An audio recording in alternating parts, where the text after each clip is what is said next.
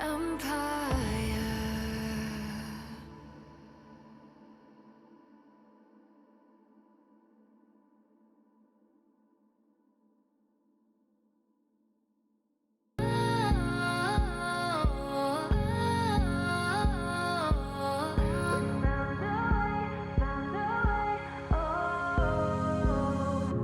Makes your head spin, pretty as a new star. Take it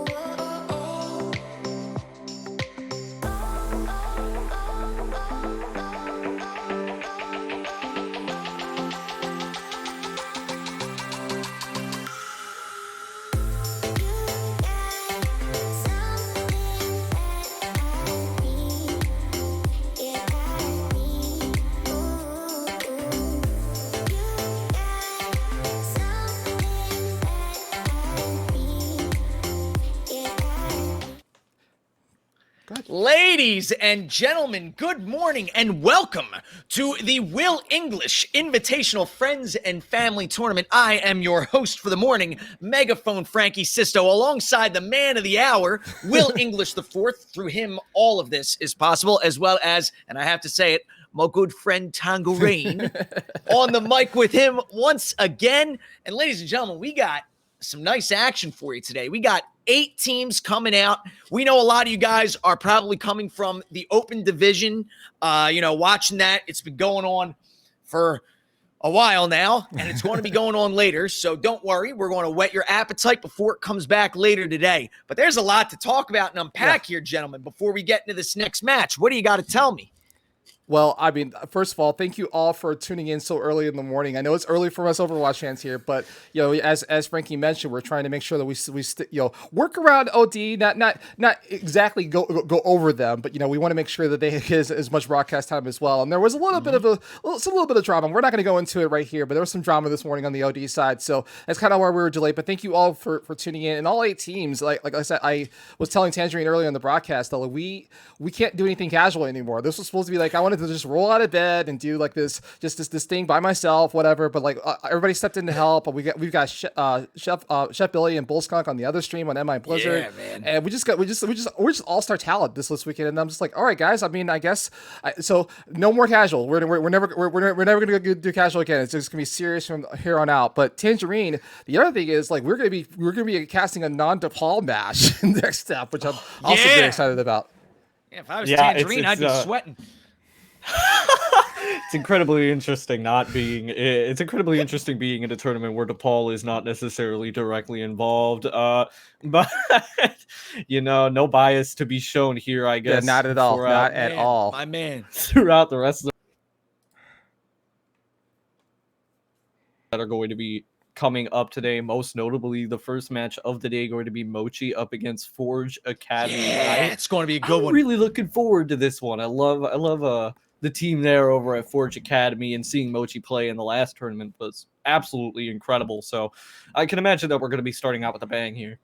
Yeah, absolutely. And so for those just tuning in, as far as this tournament is concerned, again, this is the last casual tournament we're going to end up doing. But the idea is that the bracket was shuffled and pre-made ahead of time. We don't no ping pong balls this time around. But I will also reveal that I kind of wanted this match to go off first, and I kind of wanted to give Moki some more screen time because they kind of got jinxed a little bit last in the Invitational. So I figured, hey, why not start off with their team? They're an amazing team, and I appreciate them coming through and playing this early in the morning. And then, of course, we have Forge Academy as well, which I'm hoping that Waya is also awake and he's going to be playing on that Winston. I didn't get a chance to see that in the last tournament either. I think they also ran into a brick wall that I think was Cryogenic, actually, which was George Dark Horse team coming in for the tournament. But Cryogenic set the world on fire last time, in my opinion. Yeah, for sure. So, I mean, like I said, it's going to be some interesting stuff. So, again, we're going to be doing this match on this stream, and then of course we have our partner with MI Blizzard. He just came in, and it also MI Blizzard also found a replacement for himself later on as well. So, thank you to Silent Marine for coming in at the last second to help out. But on MI Blizzard, I believe it's going to I forget the match. No, it's going to be Kaiju Corps team. So Kaiju Corps Tanker, which also Tengu is in the tournament, ladies and gentlemen. He is playing in the tournament. He's not coaching. He is playing. He's on Kaiju Corps Tanker. And they're playing it. I should know these things because I have the racket. Yes, they're playing against Pog Flying Fish, which was funny. Is like they were Pog Fish, and now they're Pog Flying Fish, and I'm just like, why can't it just be? They evolved. What? Oh God, nah. Pokemon. It's the next stage. Why not flying Pogfish? I'm not sure why. I'm like, why does that have to be flying? Anyway, I don't like y'all change rosters and teams like faster than I change stocks, and I don't understand how this works. But either way, we have Bird Society. So there's not chickadees, but it's Bird Society flying Pogfish. I hope that I got that right, or Pog flying, whatever. They'll correct me in the stream. I'm sure. Either way.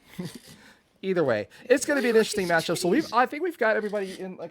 Oh no, we don't have everybody in the lobby just yet. So otherwise, we're just stalling for time, ladies and gentlemen. But either way, We also have in the bracket, we have the Weird Squad came in as last minute replacement. We were supposed to have False Appearance Void, but they unfortunately had to drop. And then also this weekend has been like this apocalypse for talent and teams, as most of them are still in open division, right? That's why I'm here today. So it's just like great, wonderful. I'm glad that we have this distinction, right? But like we have the Weird Squad and Cryogenic. Speaking of Cryogenic, they're going on the other side of the bracket.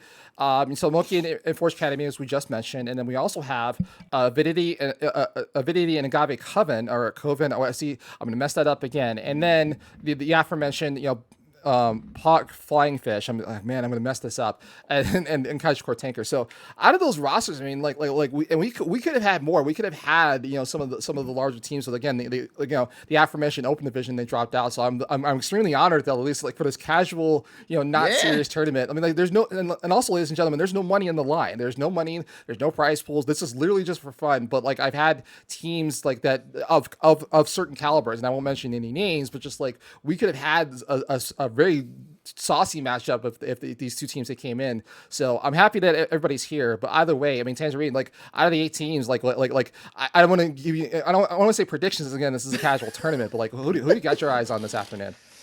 I mean, of course, I'm a Cryogenic fanboy. I had my little surprise. Session.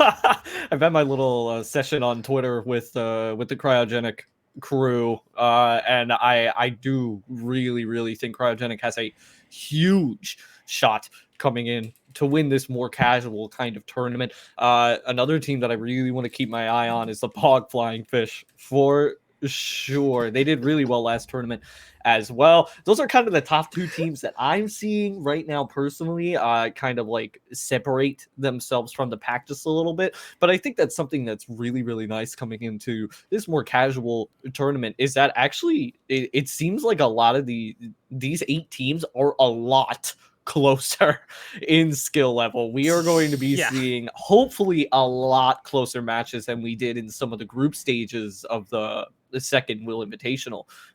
So I'm hoping to see some really close matchups coming out.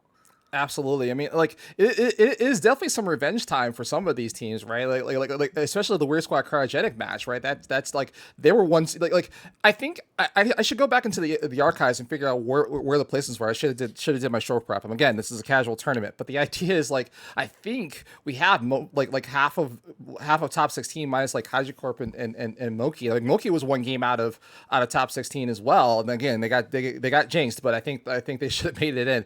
But they'll get their chance today. But most of these teams are were high quality, high caliber, and they brought their A squads. I mean, they're not bringing in subs. They brought in their actual players on the team. So I mean, it's going to be a very interesting tournament. But what about you, Frankie? I mean, what do you have to look forward to this afternoon? You're you my friend, I see you over there in your little profile being raised here because you're going to be doing the winners finals later on today with Captain Jack. I mean, you had one tournament under your belt and you're already casting winners finals now, huh? And it's just as much as a surprise to me as it is to you. I'm always happy to be here, always happy to be with the Will English, the 4th squad, as well as, Tangerine. It's always a pleasure every single time I get to grace the mic with you. And of course, to commentate with Cat and Jack again. I'm very excited. I'm always very excited. So, it's always my pleasure. But as I said, as much as Tangerine raved about them, Cryogenic made me into a believer last time. The tank play of Neb was really sound, the linchpin of that team. I expect that to come in clutch again today.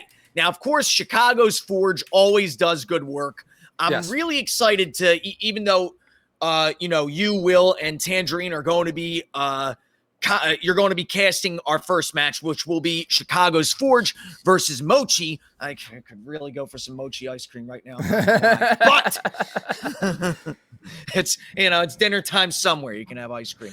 But it's obviously we're expecting to see some great action from Insane Waya. Of course, squaring off with Captain Kumo. Of Mochi. So there's a lot to be had. I mean, I got to mention how Zabi has almost 10,000 hours in Team Fortress 2. I mean, I don't even have that much time in Pokemon, but I almost know life some of those games. So how can you stand against such a juggernaut like that? as you said, Tangerine, just the competition's a lot closer in this tournament. It's a friendly competition, but the teams are much closer in skill level than we've seen in previous tournaments, which should hopefully lend itself to some really good back and forth matches. That's what I want to see. I always say, I don't care who wins. Just give me a fight. Don't give me a one-sided matchup. And, being here today on this lovely Saturday morning, afternoon now over here in Jersey where I'm at. So, hey, I ain't complaining. I've always been a morning person. I've just been grinding so much with streaming and everything else. I've been staying up late and waking up later. It's crazy. Before 2020, you can count the amount of times that I woke up past 10 o'clock a.m. on two hands. Now I wake up after 11 every morning, and it's terrifying to me because I've been a morning person my whole life. So I wake up early this morning. I'm just like, what day is it? But honestly, it'll give me an excuse to get my sleeping rhythm back to where I want it. But there's no better reason than to mess up your sleeping schedule. There's no better reason to mess up your sleeping schedule than to see some great Overwatch action, esports action. I'm a fan, I'll say it. But obviously, a lot of these teams, as we've said, a lot of them are regulars. But that goes hand in hand with they know each other well. They know what they can throw at each other, but they may also know how to counter those opponents as well. So, absolutely. So sorry, that's cut you off, Frankie. But the teams are ready in the lobby, and we're gonna get into this first match here. So thank you so much for all the hosting duties and stuff like that. But we'll see you on the other side for the next match. But thank you so much, Frankie. I'll talk to you. Fine, I'll be watching. All right, Tangerine, you ready to do this, man? I'm absolutely ready. I think it's going to be a very, very good matchup, and something that I also kind of wanted to piggyback off of what Frankie was talking about as far as competition goes. I actually think that in some instances where maybe you don't have a massive prize pool that you're all fighting for, you can actually get some of the most competitive Overwatch that you have ever seen. There's not a lot of nerves. Really? No, not at all. Not at all. Yeah. I mean, if the Kaiju Corp Friends and Family tournaments that we were, which is basically what this is modeled after, kind of like this 1-2 punch and getting this over with. It's like if those tournaments are anything to laugh at, right? It's like, or not something to laugh at, I should say. They tend to go the distance. They tend not to be snobs. I mean, like Lloyd Norris. I mean, one day I'm gonna have Lloyd Norris play in the Will English tournament. I really want to see that blade for Takia, but shout outs to the team. But it's just like it's stuff like that. Where like, man, you get to see kind of talent you wouldn't normally see otherwise, and people get to pull out strats that they normally would. So let's just talk about the format real quick. So the first round of this tournament is going to be best of threes, just to get it out of the way. And again, we're also hedging against open division, but we're instituting what's going to be, I'm going to call the Captain Jack rule here, where it is going to be just I just got a chance to pick the first map for Control, which is going to be Nepal in this particular case. And then it's going to be losers picks the next map, and then winner's going to pick the side. So as you see the question marks on the screen here, I have no idea what's going to happen because I don't know what the next maps are going to be. But either way, but the players are in the lobby, and hopefully we can get this started soon. And our observer, I'm going to mess this up again. I'm just calling him Nola. Just call him Nola. He knows who he is. Is in the background, and hopefully he hears my voice and says, "Yes, let's start the game because we're going to get into this." But either way, it's going to be Nepal first, and we'll see what our teams get picked. We're getting right into this match here on Nepal. Yeah, starting to boot up here as we head over onto Sanctum first, actually. Both teams loaded in. Sanctum is an especially interesting map, as I've seen an incredible variance of comps come out on this map. You can see the Wrecking Ball start to come out. I've seen Double Shield on this map. A straight up Rush comp works well. You can even run Double Bubble. The world is truly your oyster, Will, when you start to roll off onto this Nepal map. Absolutely. And so again, Moki, like all female, all non-binary. That was the other team we wanted other reason why I wanted to feature this team here again. And they have come to play. They're like, do not sleep on any member of their team. They're ready to play. But Moki and Forge Academy, we're going to start off on Sanctum, and again, we'll see. Like the Sigma has already come out as well too. I mean, like I'm interested to see the Sigma Ryan combination coming out from Moki. But here we go, and it's just the first match of the day at Moki and Forge Academy. Yeah, taking to this right side right now is Jolene. Jolene going to be trying to set up on an off angle. Going to get countered over here by the ball. The die is already initiated by Forge. Absolutely, just like a fight on the high ground here, and that's Jolene. They're putting in work right, just like chasing this ball down. I'm not sure. Oh well, got him anyway. Oh, and that's Hida. That is Hida of all kinds of short fame here. But like this throws coming in outside Forge Academy. They're gonna get 2 down, and it looks like they're gonna save this point. But Jolene's just gonna stand here, I guess, and just capture the point anyway. It doesn't matter how many kills Forge Academy puts in, but the ball's gonna come in and try to save that point. But it's not gonna happen here. It's alone. He's got no support here. I'm wondering where the rest of Forge Academy is gonna be here, but he just thinks clear them off, and they do. And Moki's gonna start percentage climbing here, but I'm not sure. Like that Sigma just standing there this entire time, wondering what the heck is going on with Forge Academy. Yeah, when you're running this kind of double shield comp, really you can kind of just have Jolene be the anchor over on point, because Jolene has that shield to just be able to protect herself from basically any damage that decides to come out. Forge Academy probably should have engaged just a little bit more when Mochi was trying to deal with Hida there in the backline. Unfortunately, not pumping out that aggression on time, and Insane Waya takes a jump right into the backline and gets eviscerated immediately. All right, well, Insane Wyatt on the Winston, which is a good start, but, like, again, just the takes for the side of Moki. Again, remember what I was saying, this team is here to play. Their takes are just standing strong. They both have a couple of ultimates. Not a lot of action coming up yet, but, like, Forge Academy needs to come up with a couple of answers here. I mean, they've got the Ult Academy to take this next fight, but I'm not sure if it's just waiting to come as a team or not, but we'll see. We'll see what they come in. Like, the ball, and again, the ball just keeps playing forward here. Oh, there he goes. Here comes the engagement. The Riveting collects some as well. Gets 2 members of the team, hits a couple of players down, and also the Primal Rage is going to come out as well. I'm see if they can get some action out of it. Yes, they do. I guess it's a little bit of a revenge trip to try to take Jolene down. Oh, they're going to get 1 take. They're going to get maybe 2. Yes, they get a Sigma floating all the way to the bottom of the pit. You hate to see that happening. But again, Forge Academy looks like they're going to come out on top. They're going to get 5 kills down and just going to capture the point and flip it back. But now it's desperation time because they can't make any more mistakes. They're going to have to actually hold on to this point and not a lot of ult economy to work with. Moki can definitely take some time and just build up their ult economy and try to see if they can take that back and then close out this point. Yeah, exactly. They need to try and rebuild up their ult economy here. Mochi having about 2 support ultimates to be able to use to engage into this fight. They can honestly just kind of press the go button with this beat here, and that's exactly what they decide to do, as Baby ends up finding Mo first, and this is 2 down for Forge already.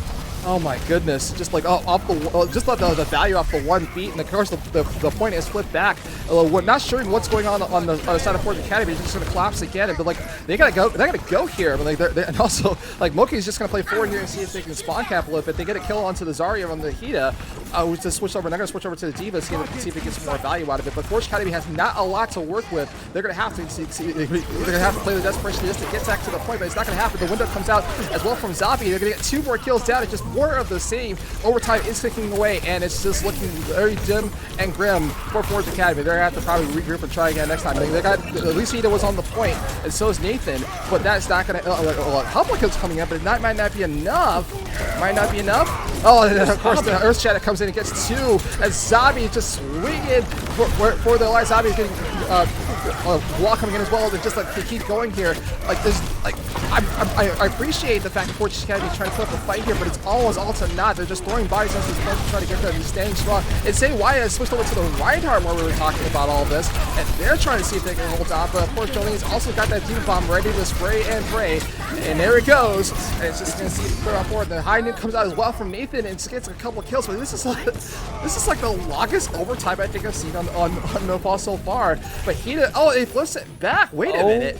Wow. I'm having some struggles trying to dissect that last fight that just happened, man. I mean, what in the name of God just happened? Forge Academy managed to take the point by the skin of their teeth going over onto this rush comp. It's kind of just a little bit more meta right now. And Mochi are going to be responding immediately back, switching over to that comp themselves. Jolene now going over onto the Diva as 2 DPS ults are being invested in for Mochi to start the tempo out on this fight.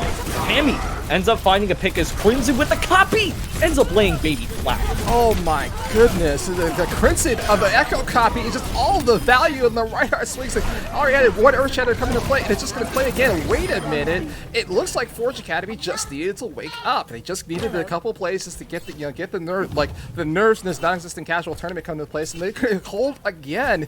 And say why an instant Hida also will have ultimates going into this next fight. What is going on here? We just seen this is just a change in momentum. Tangerine, is that the game? But like, Mocha's gonna get attack the point again.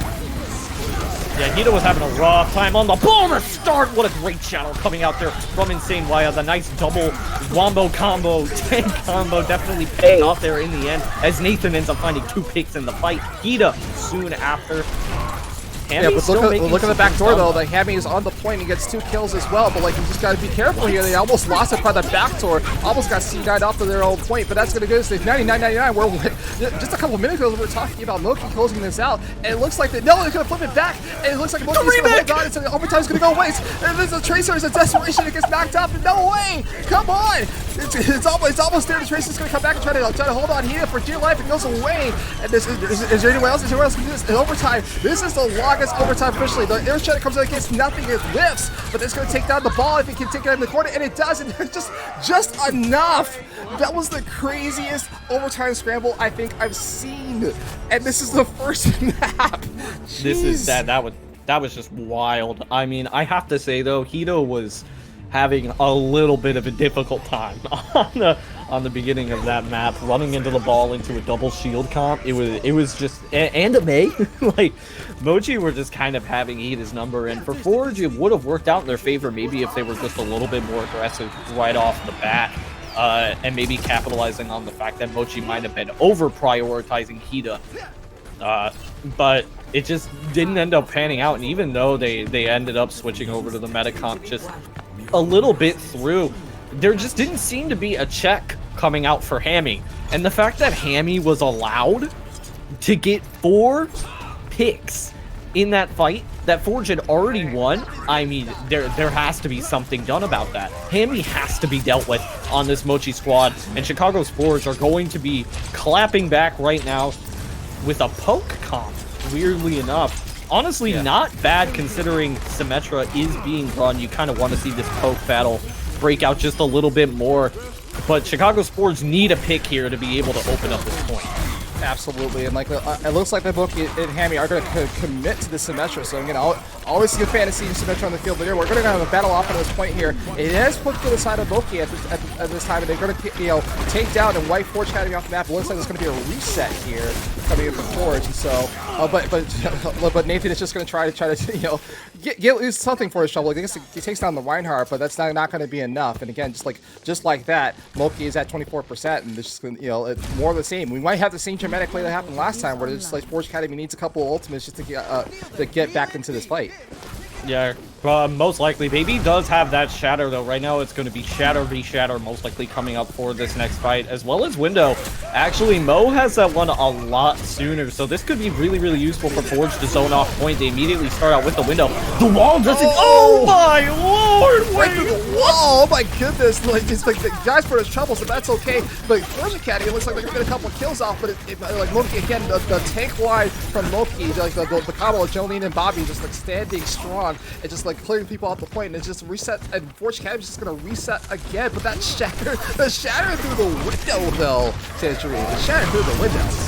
Oh, yeah, and Wyatt Shatter's not going to be finding value as they reinitiate onto the point. What a gorgeous flux coming out from Jolene, popping 3 people, I think, up in the air, slamming them right back down. 2 just with them slamming back down onto the ground. That was absolutely textbook coming out there from Mochi, really conserving their ultimates coming into this next fight. Now Forge are in a really tough spot. This is the last fight. All they have is Hida's bomb. Oh, no. The Blizzard's already initiated. Yeah, the Blizzard that comes out, the wall's going to knock that off their approach here. I mean, it's just as you mentioned, just textbook here. It's just almost like dominance here. Moki's just like, no, we're not going to let you guys do the last minute stuff again. The Diva Bomb's going to come off the Forge as well from Vegeta. He's going to get one. Okay, a little bit of hope here, but like no one is on this point. His overtime's ticking away. It's 99-0 at the moment. And again, this is how it started last time. We're thinking they were out, but it's looking more of the same for Moki. It looks like you're going to take out Wyatt, just going to take down this ball. I don't know if anybody else in the team can make it here. Overtime's going to tick away. And that's going to be it. And that's going to be Regan. Moki is going to go up 1-0. And that was, what a match. My lord, that was a tank line clinic that we just witnessed there, Will. That was absolutely amazing coming out there from Baby. And Jolene, actually, most notably, I think Jolene was one of the biggest problems for this Forge squad. They really didn't seem to adapt too well into playing around these kind of bunkered comps. So if you're Mochi, you're sensing that weakness right away from Forge Academy. You realize, hey, Forge had a really, really tough time trying to deal with our double shield comp. Let's just go ahead and see how this works if we keep running these kind of more bunkerish kind of comps. And it ended up working so well for them. They ran the Mei Sim with the Rhine Sigma, and they just absolutely rolled. This tank line was on a tear, Will. Yeah. Absolutely. So again, I mean, this is how serious this is, right? Like this non-casual casual tournament. I mean, we saw some amazing stuff, and it's like, I guess it's also a Will English curse thing where we just have like the first match is usually the most exciting, right? Like where it's just like we already have desperation plays, but again, it's like people that need to wake up. I think like Forge Academy just needed to shake some jitters off or whatever in this non-casual casual tournament and get back to it. I mean, like they did show some signs of life in that first on Sanctum as well. I mean, just that last minute scramble. I never imagined seeing that. Like I figured like that was all lost. You just like you kind of get your mental space back and like start back up for the next map. But man, they was like no, they never said die. They showed some heart and promise. And so we'll see what they can do with their next match. Which again, we don't know what it's going to be yet because we have to figure out what Forge Academy is going to go for next. Exactly, and this next map has the potential of being match point already, knocking one team into the losers bracket that will immediately come right after this. So it's a little bit difficult now for Forge Academy. You really have to start to think a little bit here about what the next map is that you're going to be choosing. Maybe if you're Forge, you've been realizing that you've been struggling up against these double shield comps. Maybe you want to run something that's more dive oriented, just considering the fact that I know for a fact Insane Waya is much more comfortable over on the Winston. And it seemed like Hito was doing decent over on the Diva, maybe could be pressuring out the DPS just a little bit more, but that's a very nitpicky thing. So I would really enjoy to see Forge pick something maybe a little bit more long range, really exploit the fact that their DPS were doing really well. Nathan was pumping out some numbers on Sanctum. Like it was kind of crazy. And for those of you that don't know, Nathan is the one with those Japanese characters. So that is Nathan, and Nathan on the Tracer on first point was doing absolutely incredible, putting in so much more, as well as Insane Waya on the Winston. There was one point in time where the Primal was just absolutely, it was too big for my eyes to handle, and it was absolutely wonderful. So Forge definitely have an opportunity to be able to come back into this. I want to see what their next map choice is going to be, because I think that's going to be like a big game changer. Well, I have it on good authority that it's going to be Kings Row is going to be next, has been chosen by our dear friend Nathan on Chicago's Forge. So that's like, so I got what I wanted anyway. I wanted to see Kings Row at least in the early rounds of the tournament.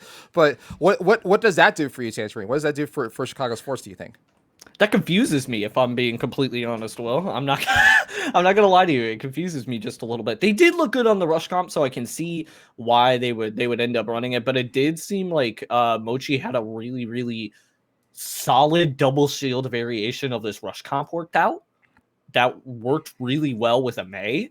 And so coming into Kings Row here as your map pick is actually really, really interesting. You didn't see Mochi really run out with any of these dive comps ever.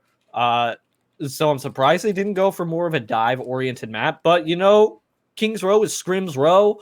Players scrim this map 24/7. It is nonstop. So I actually wouldn't be surprised here if Forge Academy just came out of the blue and absolutely dominated here on Kings Row. Because I mean, Kings Row can it's just such a weird map. Will you see you see teams that are getting absolutely stomped just roll on Kings Row, and it's because teams will scrim this map like there's no tomorrow.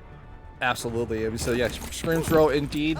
We will see what Chicago. So Chicago Forge Academy is match point, as you mentioned, Tangerine, for Moki. They can win this out and move on into the winner side of the bracket. In the meantime, Forge Academy is on the back foot. They need something here. And Kings Row, this is apparently where the map where teams decide to step up and play their best here. Because as you mentioned, Scrims Row or whatever, we've seen some massive comebacks in multiple tournaments on this map. But we'll see what Forge Academy can do. They're going to be starting on the attacking side as well, so we'll see what they can do in their attack.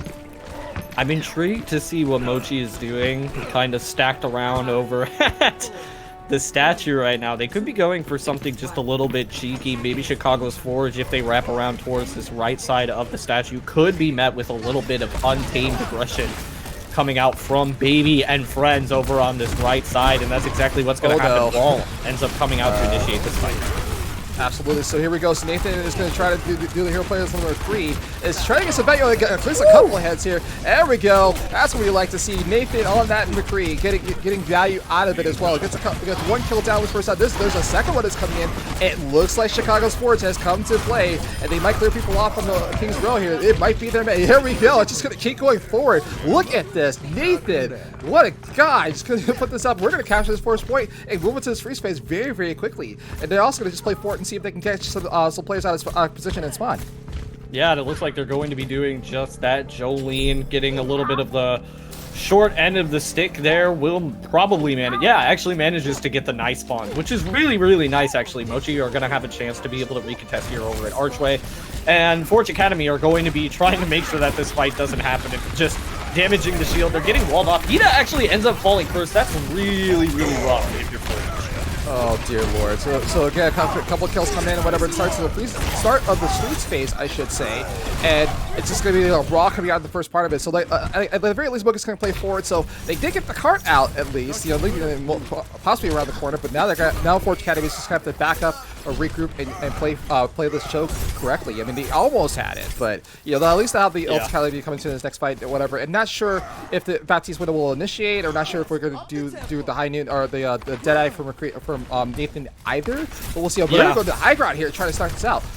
I wouldn't be surprised to see a window come out here to really just try and get some zoning. Getting out of this archway is going to be incredibly important. Blizzard actually popped first though, so I'm going to eat my words. Yeah, the Wombo combo comes in well. The Deadeye and the Blizzard comes out. It gets at least 2 more kills. They're just going to chase down this demon for Jolene. Jolene. Yeah, I'm sorry. I made the joke. I had to do it. Anyway, 2 more kills coming aside from Forge Academy, and this card going to keep moving forward. So great initiation. It cost them a couple of their DPS ultimates, but they got a lot of value out of it. But then Moki, on the other hand, it's just like they saved their ultimates in that fight, and it just going to have to try again. But this time, starting all the way back, and see if Forge Academy is going to be smart and just play forward here. Yeah, I really enjoyed that there from Forge Academy. That was actually really, really smart. Double initiating in, doubling down with those DPS ults before Mochi could get any ultimates off so that you can take that archway pressure immediately. Incredible. The wall's actually going to come out to stop this high noon as well, and the wall also mitigates damage coming out from the grab hand. He's still finding a pick first, though. Just overwhelming ults for Mochi.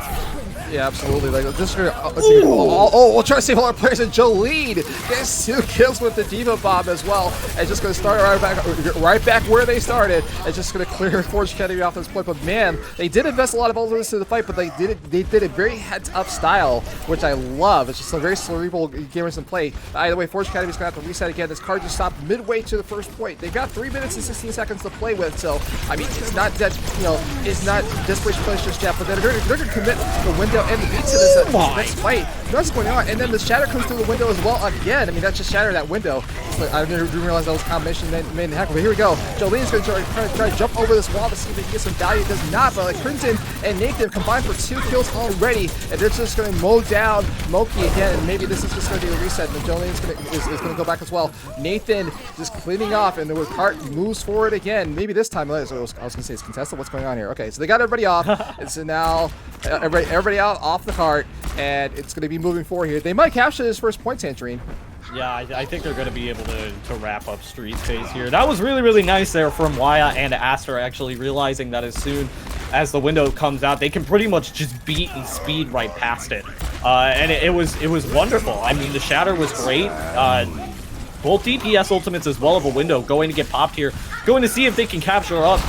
Street Space looks like they're definitely going to be absolutely easily. They're just going to clear off the players again. Hida coming in big with 3 kills coming in for the D.Va as well. They're just going to keep playing forward. And yeah, it's just like does not care. Like that is confidence right there. And Hida is just going to go all the way out. I'm not sure what's going on here, but just like the confidence must be coming in. 3 minutes and 25 seconds on the clock, and they've got just to finish this out. This is going to look like a good time for Kings Row, and they're going to have one last fight here in the background here, and one ultimate and a prayer to work with. But Moki will have a couple to actually will have 3 coming up to this next fight as well.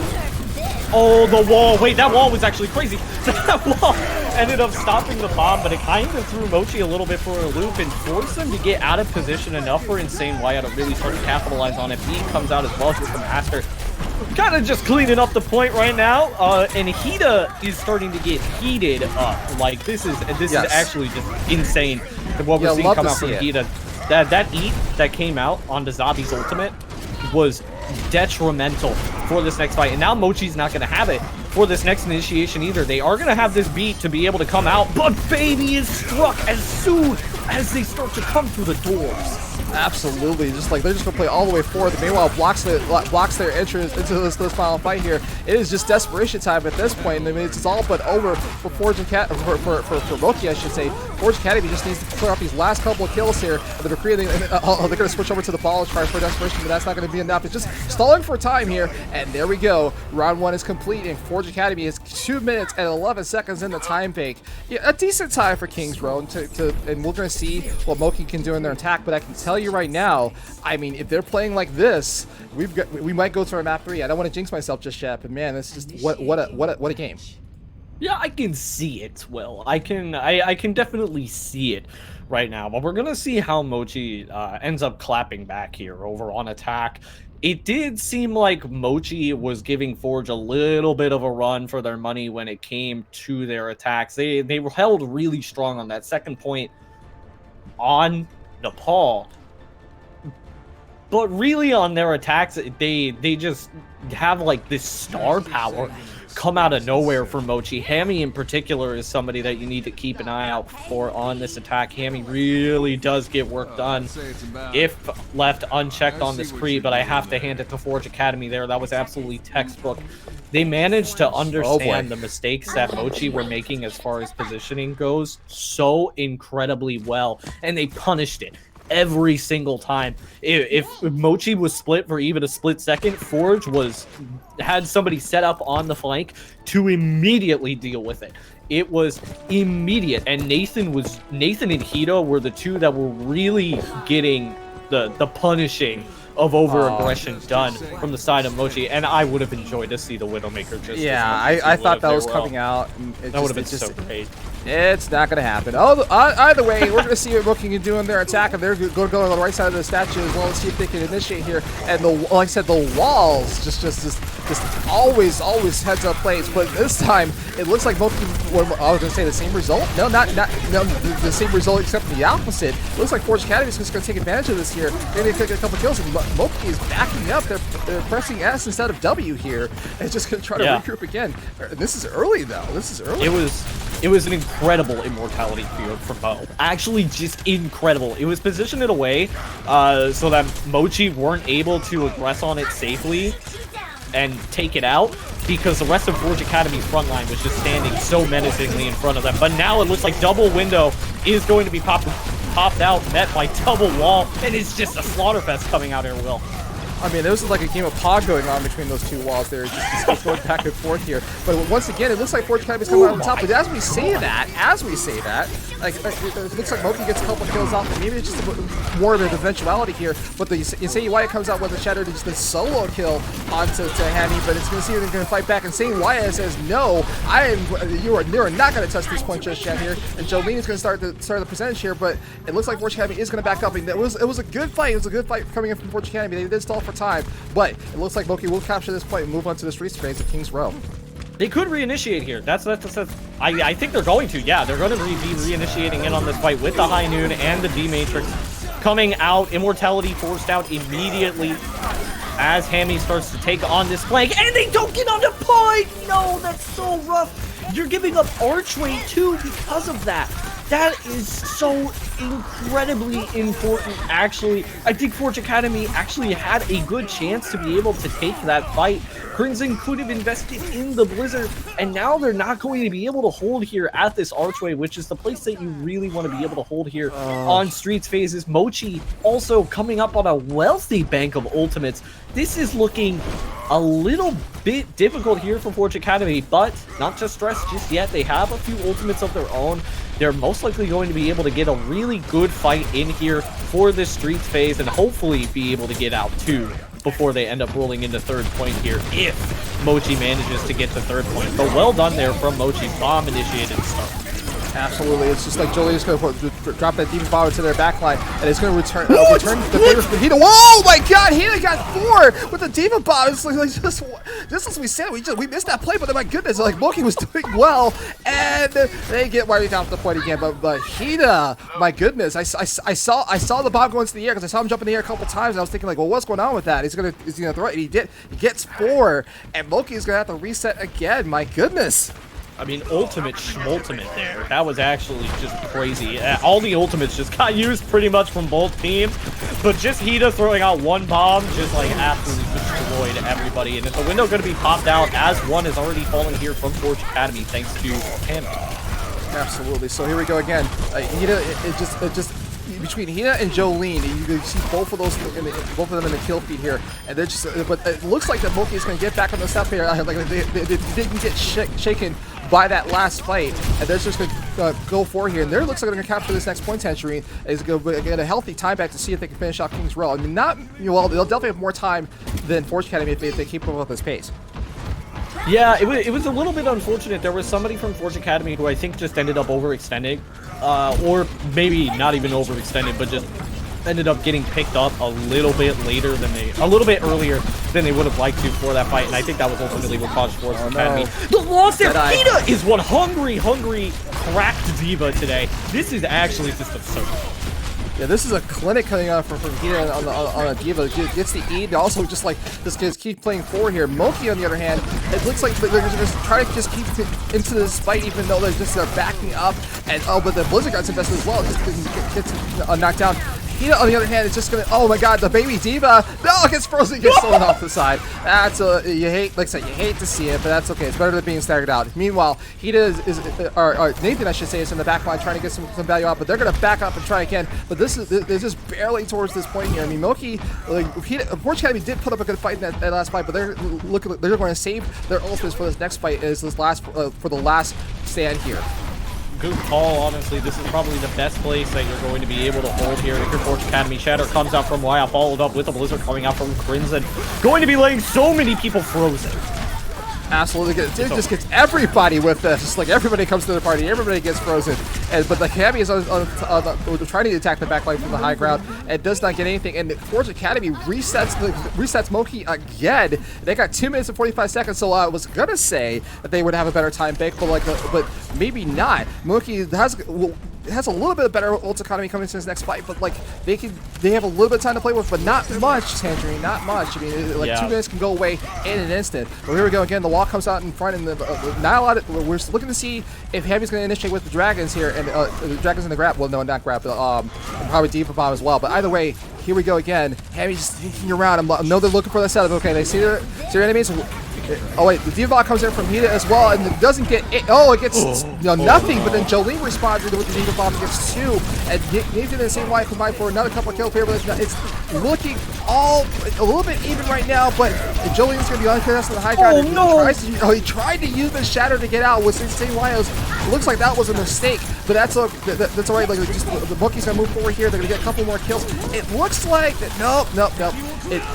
Yeah, there's the Dragons, because now it's almost too little too late here coming in from Forge Academy. 2 more kills comes in inside of Moki, and it's like it's just off the top, and all the ultimates were invested for Moki to try to close this out, and they're just going to clear out these last set of kills. The Baby Diva's getting knocked off as well, and they're just going to be camped to spawn, and it looks like, yeah, Nathan goes down, the Doomfist comes in, it was all desperation, it's just all but over. Team kill comes in, and it's round 2 is complete.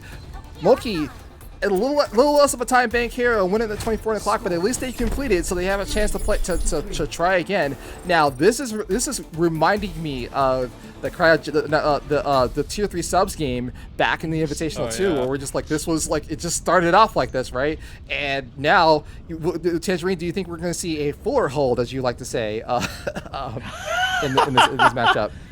None of the teams actually ended up finishing with 0 seconds, which is actually really impressive. So there will be a chance for both sides here to be able to attack. It's not like a one-tick scenario, but there is definitely still the chance of getting a fuller hold. Based off of what I've been seeing from both of these teams, if somebody's going to be pulling off a fuller hold, it will probably be Forge Academy. But honestly, both of these teams' attacks have just been absolutely deadly. It has been absolutely crazy, and it's really been spearheaded here by the tanks that have been coming out. But something that I want to highlight from Forge is their supports are on fire right now. I've been giving a lot of attention to Hida and Nathan, but man, Mo and Aster have been on top of it. Aster with her beats has been on point every single time. It almost seems as if Waya is calling the beats instead of Aster calling the beats, just based on how well they follow up with their aggression and how well timed it is. According to how the main tank's health and like positioning is going, it seems like that's the case, and honestly that's just such a nice structure to have. But attack going to be forced out here, taking the fight over by the statue again. Absolutely. So Moki is going to be on their attack for this since they had the lower time bank, but again, it looks like more of the same. Insane Waya and Nathan combining for all the kills into the feed, and it's going to have Moki reset. Now this time, they don't have a lot of time bank to work with, so it's going to be desperation times. They're going to have to take a dry fight into this next one just to see if they can get some percentage. All they're looking for is percentage at this point, because once it checks down the overtime, they're not going to give you more time to move on to the rest of the phase either. So it's it's do or die time for Moki. Yeah, this is looking good though for Mochi for this push. Forge still have a couple of players that they need to get back right now. Great shatter though comes out there from Waya, going to end up demecking Jolene immediately in this fight. Oh my goodness! So here we go again, and like it's just more of the same. The high note is just gonna come out for Hammy as well, and it gets nothing out of it. And for of course, Faith is got the Dead-Eye as well, just looking for heads, looking for kills. And yes, he's gonna get 2 down, but Zombie takes him down on the other side with a sniper bullet from the Mei. And then imagine Mei being a sniper. Anyway, 10 seconds left on the clock. And there's no one here at this point here. They have to do something to touch, and the Diva is going to come in as well to try to hold on. We're going to take it down in overtime. That will tick down fast. This is the last fight, the last opportunity for Moki, and it's just running into the brick wall that is Forge Academy. This might be a full hold. They're just going to take down members of the team. They're not even getting percentage yet, but wait a minute, the Blizzard comes out, and it's just a change in momentum here. And right as I say that, Moki sees the desperation place and can pull this out. They're going to capture this first play here, and maybe get a percent. Like, they can get more than that. They're gonna get all of the bad. They're gonna capture it all the way, and maybe get some distance on the street space as well. But we're in overtime, which means that they'll have to stay on this cart the entire time. One of their players will have to stick with it. As they move off that cart, it is over. See, there's no additional time. Yeah, I was not expecting that. I was not expecting Mochi to win that, like, whatsoever. That was actually so clutch coming out from all of their players there to be able to get like a solid reinitiation in. It's so important. Hammy's actually going to be sticking over onto this Doomfist. Maybe they're realizing that they're throwing Forge Academy for a little bit of a loop by running this Doomfist comp. And it's also kind of stunting Forge Academy's aggression a little bit. No! Actually just got rolled by a sign. That's so unfortunate, Hammy. Yeah, it's really unfortunate. And all the ultimates come out from Forge Academy as well. They want to stop this here and now. I mean, just like they're not exactly one tricks, but they just kind of get lightning swing and ice strike twice. So here we go again.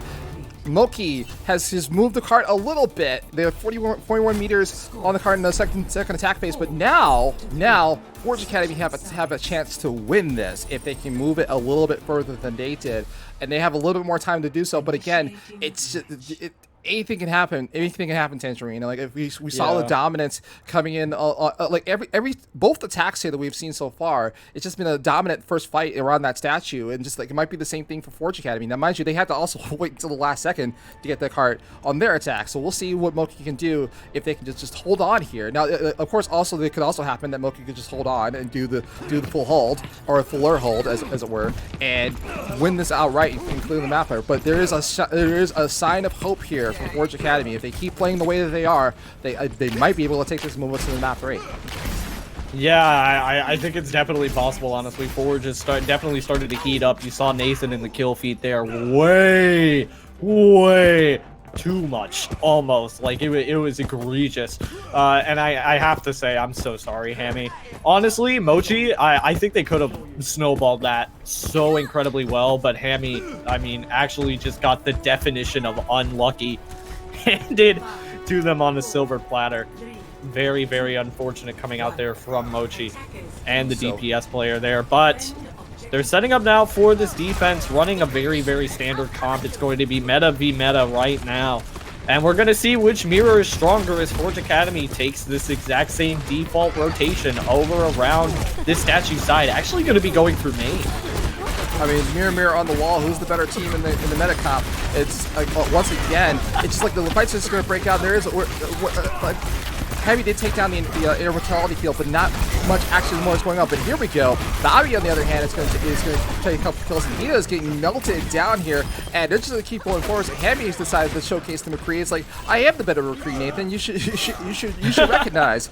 And so Forge Academy is going to reset here, and again, at the minute 26 on the clock, and they're going to be in the exact same situation that Moki was on their second attack. And they're going to probably be sticking around overtime as they can complete it. But here we go again. It's just another dry fight. They just have the skill v skill, mechanic versus mechanic. We'll see what happens here. Yeah, shield pressure is the name of the game right now. Insane. Why is shield being brought down way too low? Great immortality coming out there from Mo. It's window v window right now. The shatter from Waya. Waya, there you go. That was disgusting. Waya and Nathan. Oh, no. They are going to contest here because they have to. There's no other thing. But here we go. They're into a street space, and they have enough time to play with here. 50 seconds on the clock. Is looking all but over here. They can play forward here, but they're not going to. They're just going to stick with this card and just try to defend Arch. They can't play forward. Like they have split guns coming back right now. I actually don't know if Mochi are going to be able to get. Well, it looks like they are going to be able to. It just takes a little bit for that cart to be able to roll out there. They are going to thankfully be able to get a full 6-2 team fight that golden here. box victory is right there. Starts to come in. Fight initiated. Eats the Deadeye. That's huge. Oh no, Crimson. Oh, and right as we said that, Chicago's Forge pulls us off. They are tied it up 1-1. We were just talking. We were going to be talking about the fight. It's a zoning blizzard coming out there from Crimson that ultimately just leads Mochi to not be able to touch the point there. The blizzard ended up taking and a shatter. Wait, I didn't even see that. Why I actually just kind of chatted out there a little bit, and they didn't manage to get to the cart because they just got rolled from the blizzard shatter. I mean that's so crazy. Actually coming out there from Forge Academy, they looked like a completely different team. The way that they were designing their rotations was absolutely impeccable. And I want to give a little bit more of a shout out here to Hida, actually. I think that Hida actually heating up for this competition after the first map. It really just goes to show you how much more having a better off tank on your team can get you.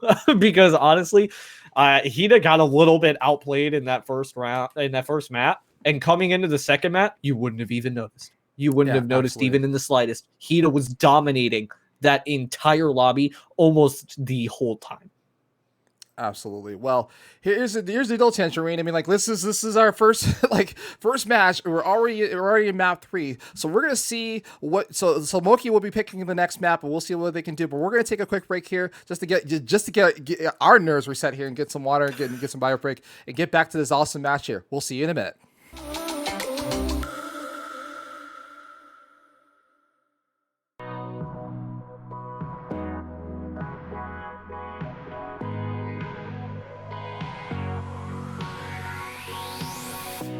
High dive in the indigo, cool down when I'm all alone. I let it go. Talk over the radio, think fast but we're moving slow. It's what we know.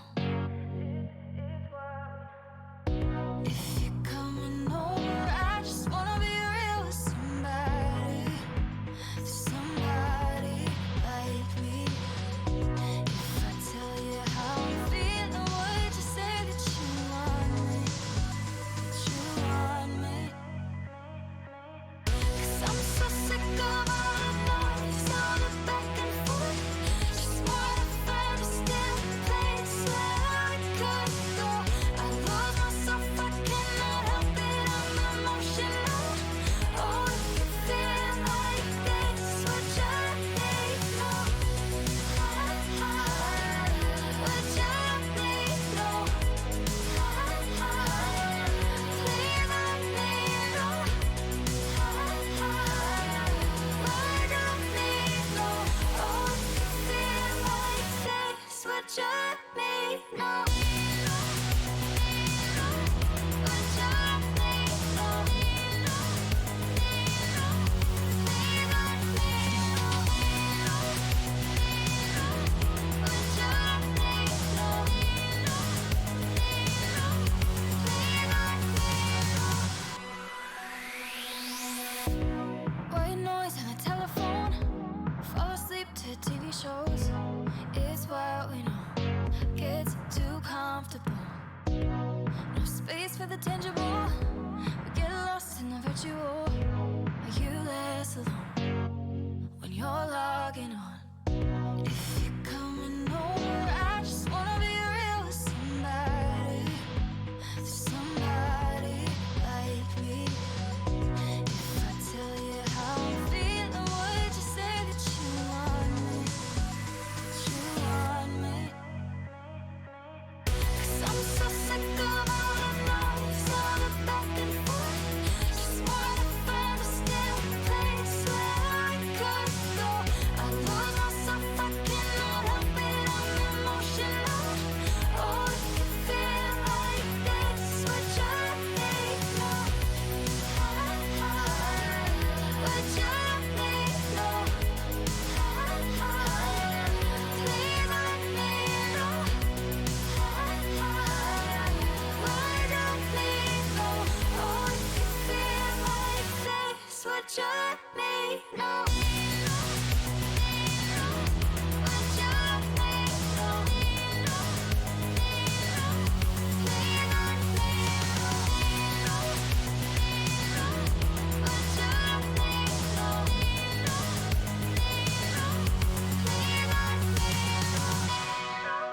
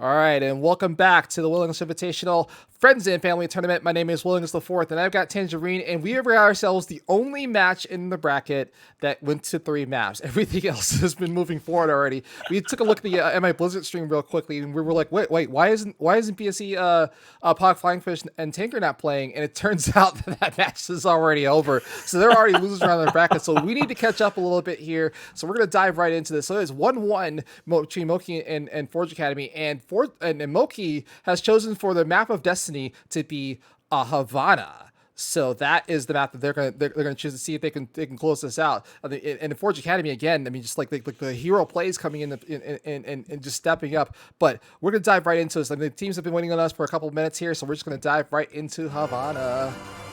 You know, I have to say from Mochi too, this is such an incredibly smart pick. I hope that they picked up on the fact that Forge really did not seem to enjoy running around a double shield comp, and they didn't really enjoy facing off against Mochi when they had that up as well. And when you roll out on the Havana, double shield is such a staple.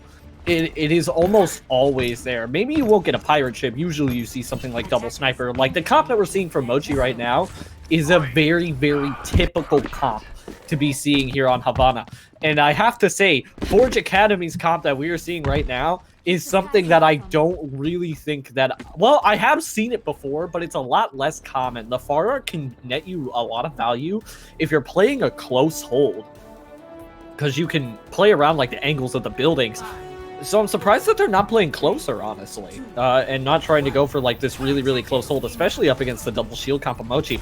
But we're going to start running out on the gates here immediately. Forge Academy and Mochi, and immediately they switch. Oh, I was going to say the Hammy was just just scouting out the rest of the squad, and it didn't see any targets, so they're just going to switch back up. But like, wait, are we going to play Tracer or are we going to play Widow? Who are we playing today? Looks like we're gonna stick with Tracer. Anyway, the Pharmacy combo for Forge is also into play as well. I mean, they're just gonna take advantage of these long sightlines, and 2 kills are already coming in. The card has not moved an inch. Oh no, that was so unfortunate there for Hammy. Hammy kind of blinked into one direction and went from 150 to 0 in half a second. It was in the blink of an eye. Blink and you might miss it. It just happened. Such is the life of a Tracer all the blink player. puns.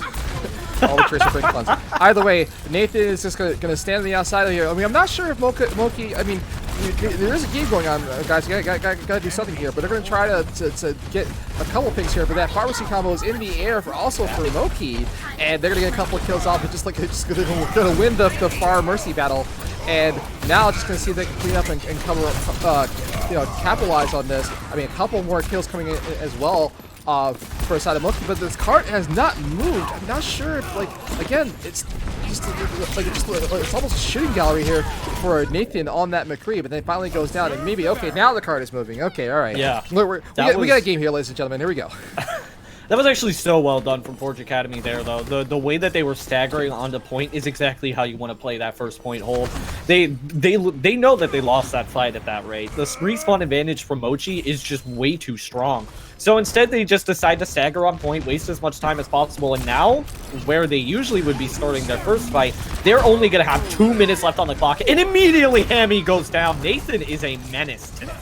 Oh my god, that almost sounded personal over there. It's just like, no, he blinked behind you, and then of course the Insane Y also gets down 2 with the Earth Shatter, and then right as we say that, Zavi goes down as well in the air, and it's just like another casual tournament. The card has moved forward a little bit here, but it looks like Forge Academy is just going to make Moki reset yet again. And a minute 37 left on the clock. I'm not sure if it's not desperation time just yet. I mean, the card is a little bit far forward, but I mean they got to do something here, and there's going to be some slaps coming in inside of Moki. Oh. Yeah, and Taranti actually just gets picked so fast. This is actually very good for Forge Academy right now. Mochi realizing that they just need to win one fight, switching Zabby over onto the Sombra to try and get that done, but Jolene gets picked off first. Nathan, it is Nathan and Waya's game right now, Will. It is actually just absurd. Crimson's finding these spare picks as well. Mochi can't get a normal fight in. They just keep getting staggered out. there is not been a single opportunity for Mochi to be able to aggress in here, and now they're making even more swaps with just a minute left. I don't know what these swaps are going to net you, though. You're just giving up your entire ult economy if you're on the side of Mochi. They need to start to get something done and work out an actual solid game plan, and that game plan is just going to be have Hammy pop off. Absolutely. So Hammy's gonna get 2 kills. I mean, yeah, like if you would have had a chance at playing this, but it looks like as we say that, Moki is just going to take advantage of this. They're getting the kills here, and now the card's going to be moving forward here, just like a take down Heated as well. And this was almost a T kill coming up from the side. So maybe the swaps did matter. They just needed to get back to their comfort picks here to get to this point. But like 15 seconds on the clock, and if they have to stand here and now if they want to continue onto this map, and they're already down on time. Oh my God! Yet again, here we go again. Hammy just like, nope. I should have started. I should have started with Widowmaker. Why did you just start with Widowmaker and try to play Phase Tracer? And overtime doesn't go. Oh my God! Another one. What is this? Oh my goodness! Woo! This swap was worth it. I mean, like the shadow came in from Wyatt as well, along with the dragons. But I mean, it's just Hammy. Just like someone needs to deal with this. Hida, wait a minute, Hida on the other hand, and Hammy's just all alone. What happened? Will, what in the name of God just happened? I don't even know. Hida just went into the back line and never got checked. There was not a single checking. Mod check on literally every single member emoji who was trying to shoot Hida there. That was just crazy. I mean, Hida just literally walked into the back line and won that fight. Despite the fact that Hammy was making hero plays, ended up switching over to the Widowmaker, found a pick immediately.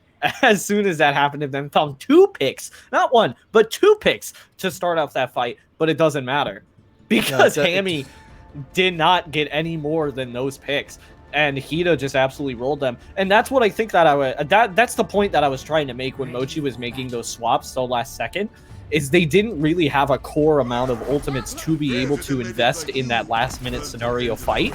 And so even though the backline was getting dove from on the side of Mochi, they couldn't really do too much about it other than just shoot the D.Va. And when shooting the D.Va wasn't enough, it was over for them because they didn't have any ultimates. They didn't have that core structure set up. Overall, it just seemed a little bit sloppier than what we're used to seeing come out here from Mochi. But we're going to see if the defense is better.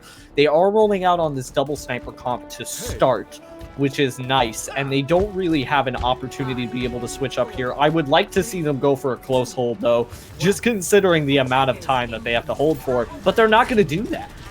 No, they're just going to play forward here. Forge Academy is just going to march on forward, and like they do know what a cart is, and they're going to just move forward here. But like the double shield's going to come out on the other side, and Hammy just figured, well, if it worked last time, it works again. Just all this, and the Orisa pulling in the players to take more target for Hammy, but they're just going. Hammy's just going to get targeted down here. It looks like.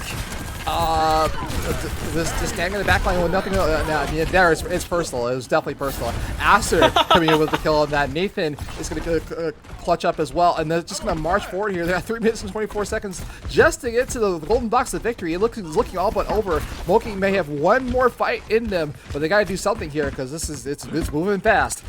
What are these stagger swaps coming out from Mochi? I actually don't know. Like, they're just going to try and pocket Zombie here and look for a pick. Crimson's up on high, though, has a really nice angle of this entire point. And Kumo is getting away with murder right now. How did Kumo manage to slip past everybody from the side of Forge Academy? It doesn't look like it's going to matter, though. I could be eating my words, though, here, Will. DPS from Mochi are starting to make some things work.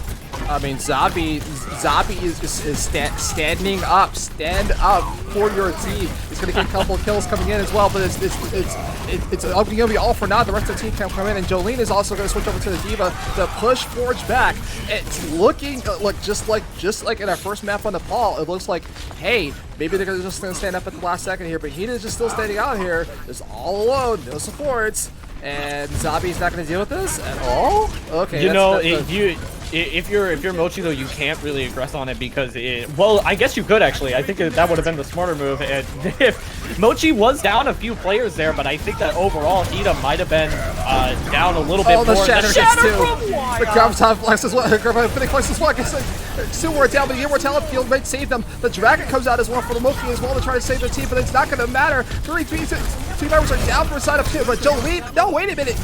just the kills are just coming in from back and forth, but it looks like all but over. Jolene's going to try to stay for one more time, and the Davy Dean is going to try to stall this out, but it's all but over here. And Chicago's Forge Academy, is going to move on into the bracket.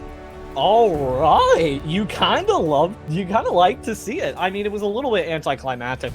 Mochi had some interesting decisions there that they decided to make with their comp switches, and didn't seem to kind of turn on the aggression at the right times, in my opinion, like you were saying, and highlighting with Hida in that moment. I think, yeah, I absolutely think that Mochi had the opportunity to punish Hida for trying to hold up there, but I think Forge knew that they wouldn't push up there. Mochi was down a few players. They didn't have a comp that had a Lucio. They were running a poke damage comp.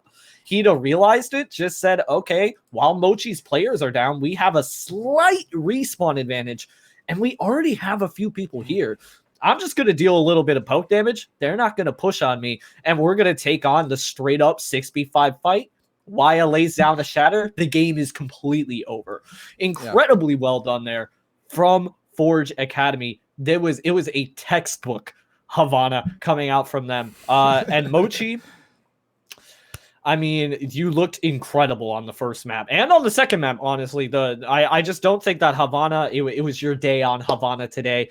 But regardless, we're going to see if they can get something done going on into the losers bracket. And honestly, they're a team to watch out for.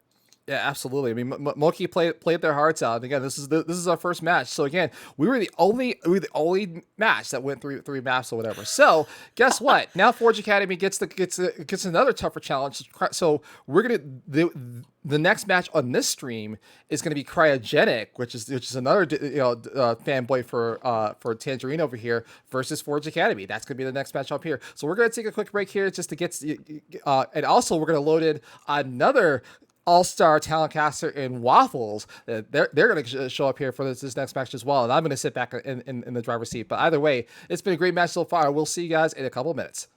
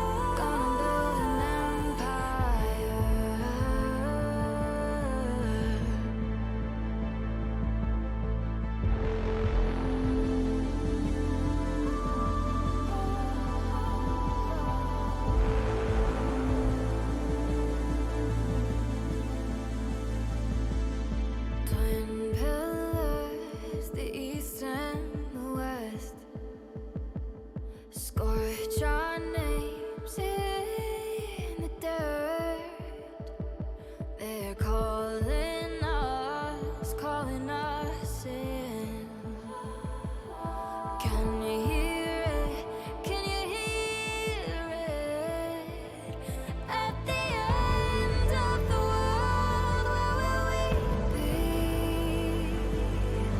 Immortality is calling. Speak our names forever. Eclipse the world together. Gonna build an empire. Build an empire. Take the world by fire. Gonna build an empire.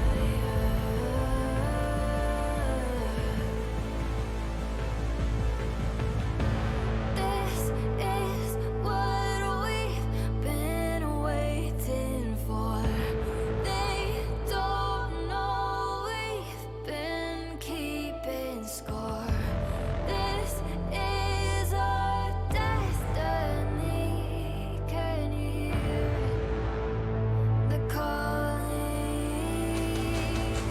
At the end of the world, where will we be?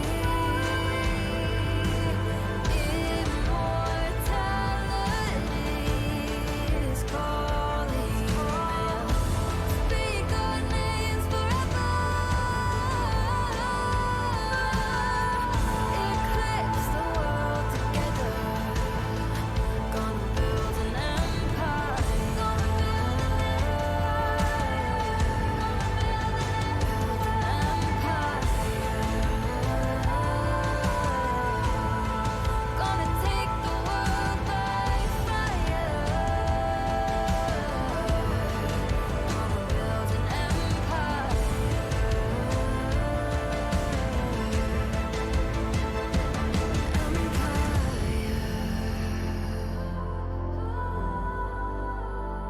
An empire.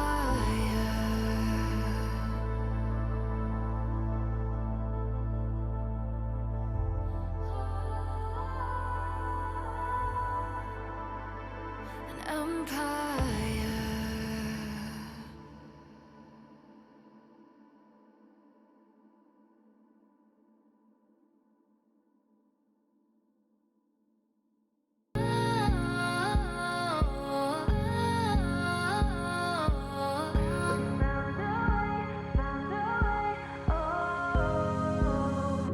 Makes your head spin. Pretty as a new star. Take it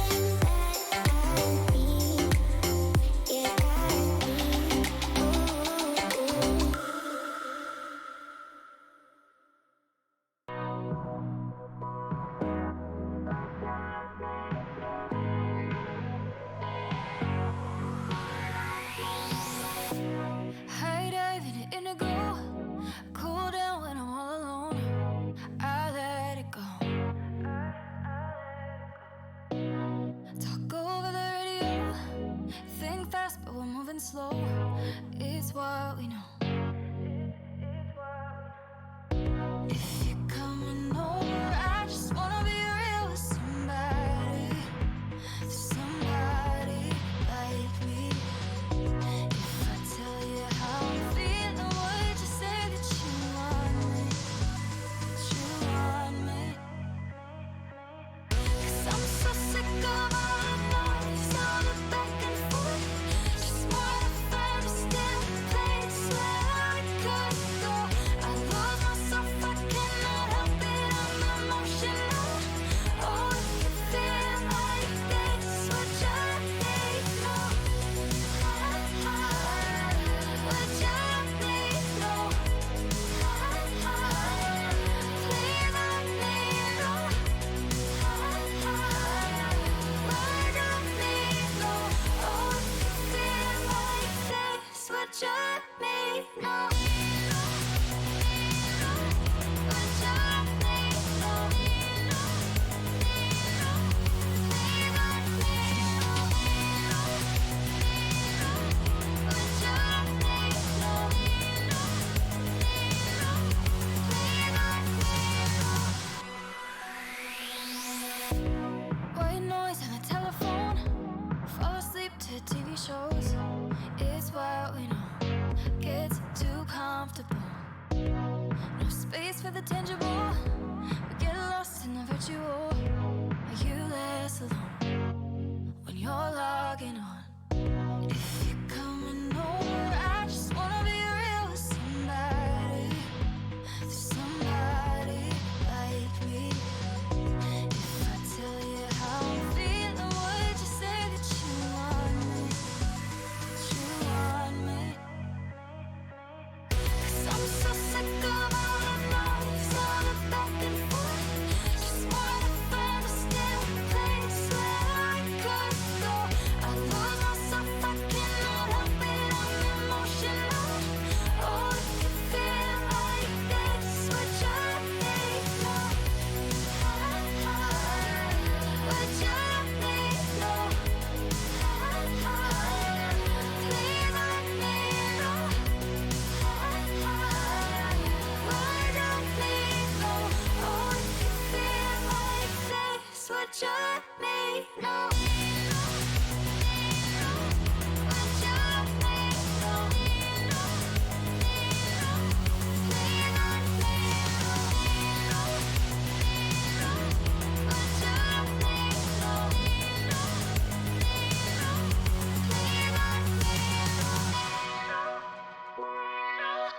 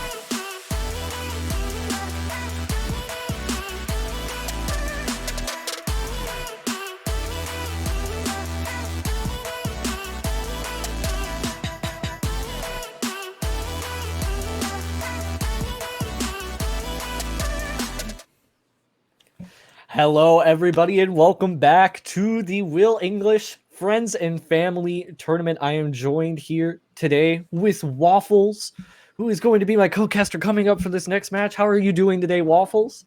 Oh, Tangerine, I am fantastic today. It's been a lovely day here in Northern California on the West Coast. A beautiful, mild, sunny day. And, well, what better way to spend it than casting at another fantastic Will English event?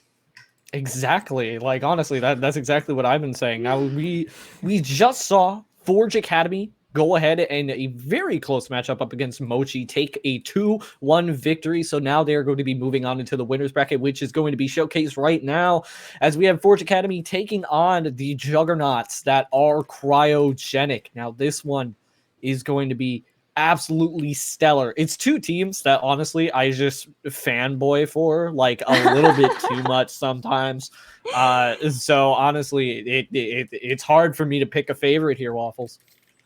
Yeah, well, it's too early to pick a favorite for me. I want to see, who really can perform under the pressure and actually adapts to their opponents' diversity and maybe some craftiness that's brought to the table too. I want to assess all skills before evaluating. Right, exactly. I'm wondering, honestly, if Cryogenic's going to be playing in the same fashion that they did for the Friends and Family Tournament. It's been a little bit. It's been a hot minute since the Invitational 2. But when it's the same meta, actually, despite it being a bit.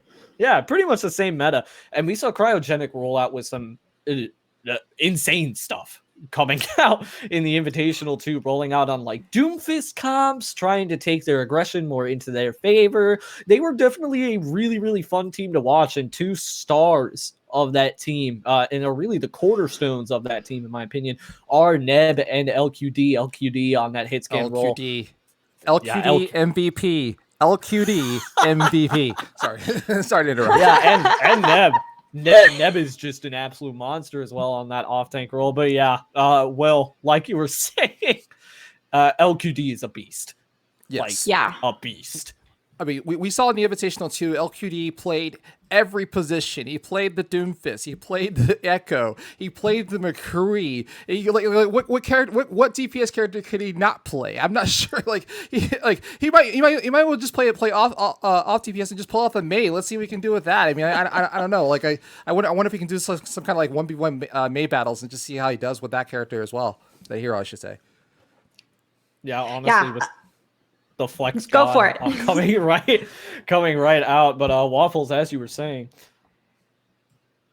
Yeah, I definitely want to see what maps they choose when they have these types of opponents, that they know that they have to either go up against, or if they've lost and they're recovering, what do they pick to try to play to those strengths and enable them. And at some point, is your DPS lineup the huge factor you're depending on?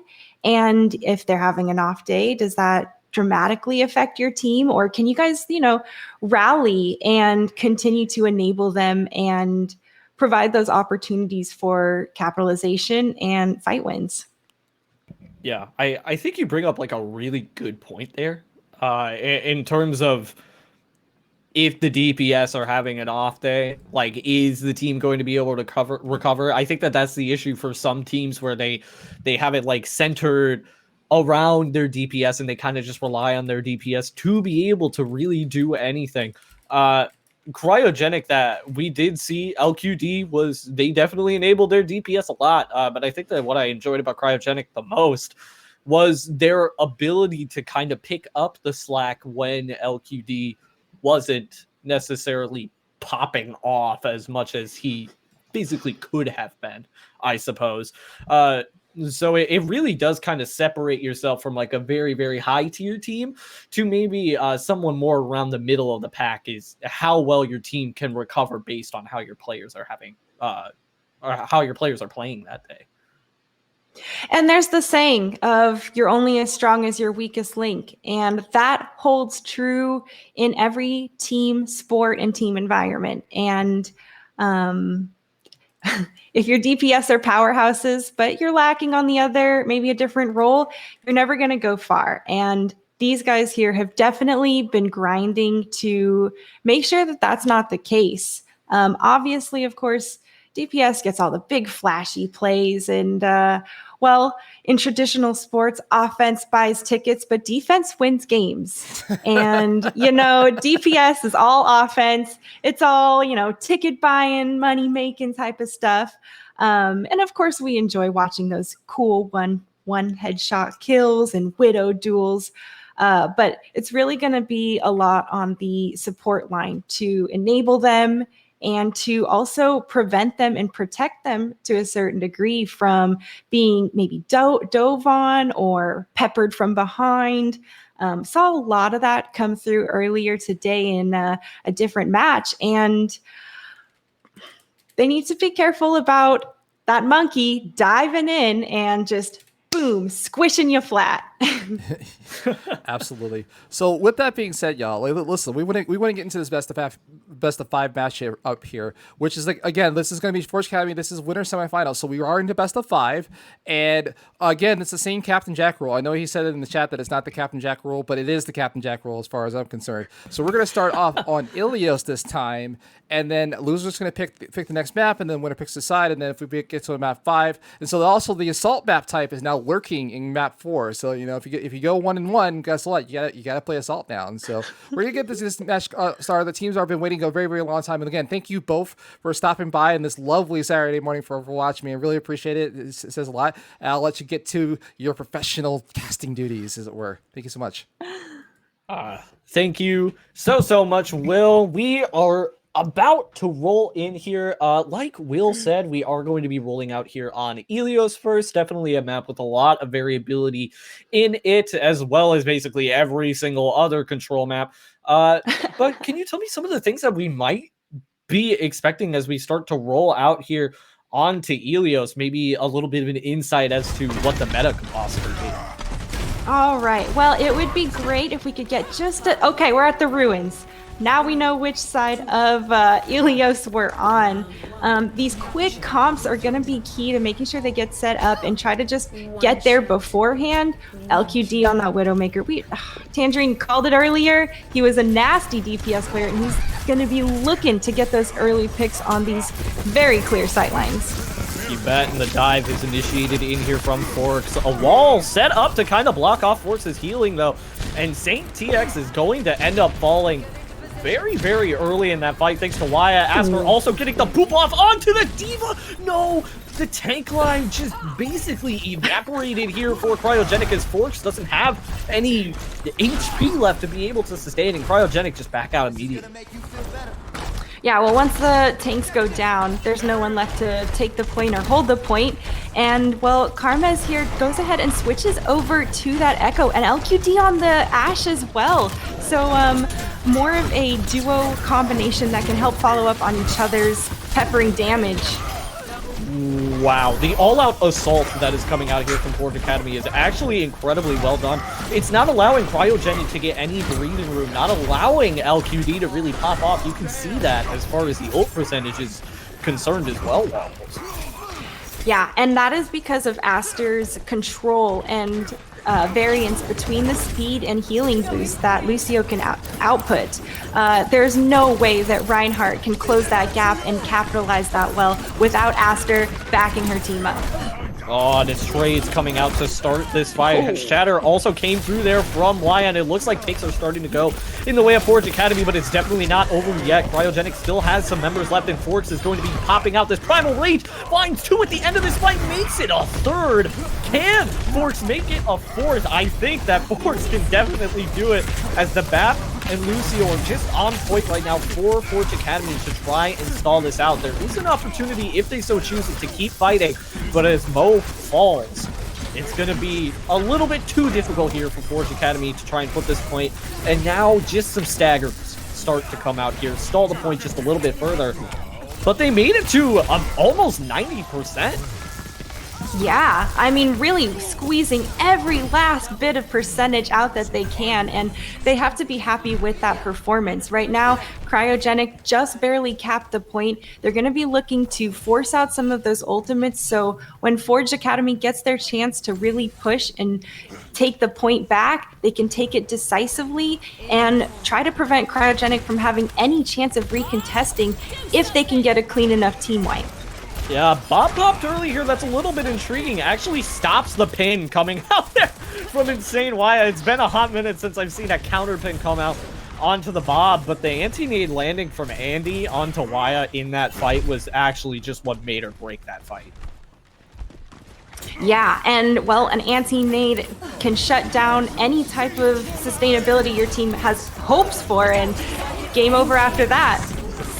Yeah, copy coming through here from Karames onto the Sigma. Finding some picks right now. It's even on both sides as LQD takes out that immortality field. Saint rolling out here with the Valkyrie, managing to just get so much healing done, and it looks like Forge Academy just aren't able to take all the pressure, and they're starting to crumble just a little bit because of it. After trying to get some work done, will manage to find LQD later on into the fight, but overall it's not going to matter too much. I don't think that Saint is going to invest the Resurrect into that. Yeah, well, Forge Academy, although they did not win that fight, I do think they did a great job at forcing out the resources. Cryogenic has no ultimates online, and Forged Academy has the Earth Shatter and the Ant Matrix. So 2 ultimates that could create a huge amount of space and pressure. Oh, Neb would just get absolutely pressured there. Wait, Big there was the ammo. bubble from Forks? That bubble from Forks just blocked like a 5-man shatter coming out there from Wyatt. Some hero plays coming out there from Forks, but it's clapped right back with 2 DPS picks coming out from the side of Forge Academy. Even trades come out right now, but LQD is finding the better end of it, and the DPS from Cryogenic just ended up making a statement there at the end, finding about 4 picks respectively. Yeah, they made a statement. That is a great way of phrasing that. They essentially just shut down anyone who was trying to approach the point before they had a chance. And when you're hitting shots like that, and all you can do as Forge Academy just run to the point and try to get back, that is a tough situation. And there is, at that point, you know, they're pretty much between a rock and a hard place. I would like to see them, you know, maybe be a little bit more proactive. Once they were set up, I felt like they were engaging well, but when they were put on the defensive and forced to push into Cryogenic setup, not able to quite find the gap that they're looking for. Gap not found. Hopefully they can try and find a chink in the armor right now here of Cryogenic. LQD set up around a flank right now. Mo getting pressured out just a little bit in the backline, and it's going to call the dive forward from Forks as LQD ends up taking out Mo. 549 backline now eviscerated from the side of Forge Academy as more follow-up is coming through, and the rest of Forge Academy just end up falling like a line of dominoes. Well, Cryogenic here is running dive, and you can see that the backline is just getting completely bombarded time and time again by LQD and Forks. And well, Neb is following up pretty quickly on the front, trying to continue pressuring around from that additional angle. So they're doing a great job communicating and executing this strategy with this team comp. Exactly, just right now, fight going to be broken out up here onto this top high ground. Pulse bomb thrown out from LQD, not able to find anything, but the dive comes through from Neb and Forks, and it's able to net so much. And despite the fact that Forge Academy swap over to a comp that is less susceptible to being dove, they still don't manage to keep everybody alive and sustained throughout that fight. Tangerine, I think they heard you and said, we need more to prevent this dive because Crimson has switched over to that McCree, and the flashbang is certainly going to be discouraging, but with the Ultimate Economy online for Cryogenic, it's going to be tough for Forge Academy to bring this back in their favor during this control map. Yeah, and it was a good eat from Neb to start out that fight, taking away yet another one of the tools in Forge Academy's kit. And it was pretty much one of the only tools that they had before coming into this fight, and based on the fact that Neb just eats it right away, what a hungry hungry diva Neb is to save that fight there possibly for Cryogenic. Yeah, and Cryogenic still has ultimates up the wazoo to use for this upcoming fight. Sound barrier and 2 DPS ults. EMP alone can stop anyone in their tracks, especially if Cryogenic can continue to capitalize like they have been and focus. Look, they're in the thick of it, and there's already 2 down.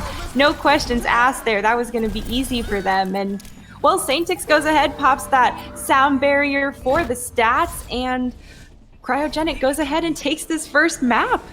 Yeah, that was rather fast. that was rather decisive.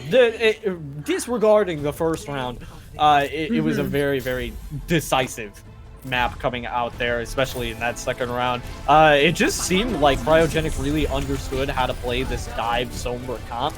I mean, Karma has only got EMP, I believe, a single time, but that single EMP with 10 seconds left catching everybody, the fact that Aster didn't also have a beat because they had been getting pretty much demolished throughout that second round kind of just spelt doom for them, really, on the side of Forge Academy.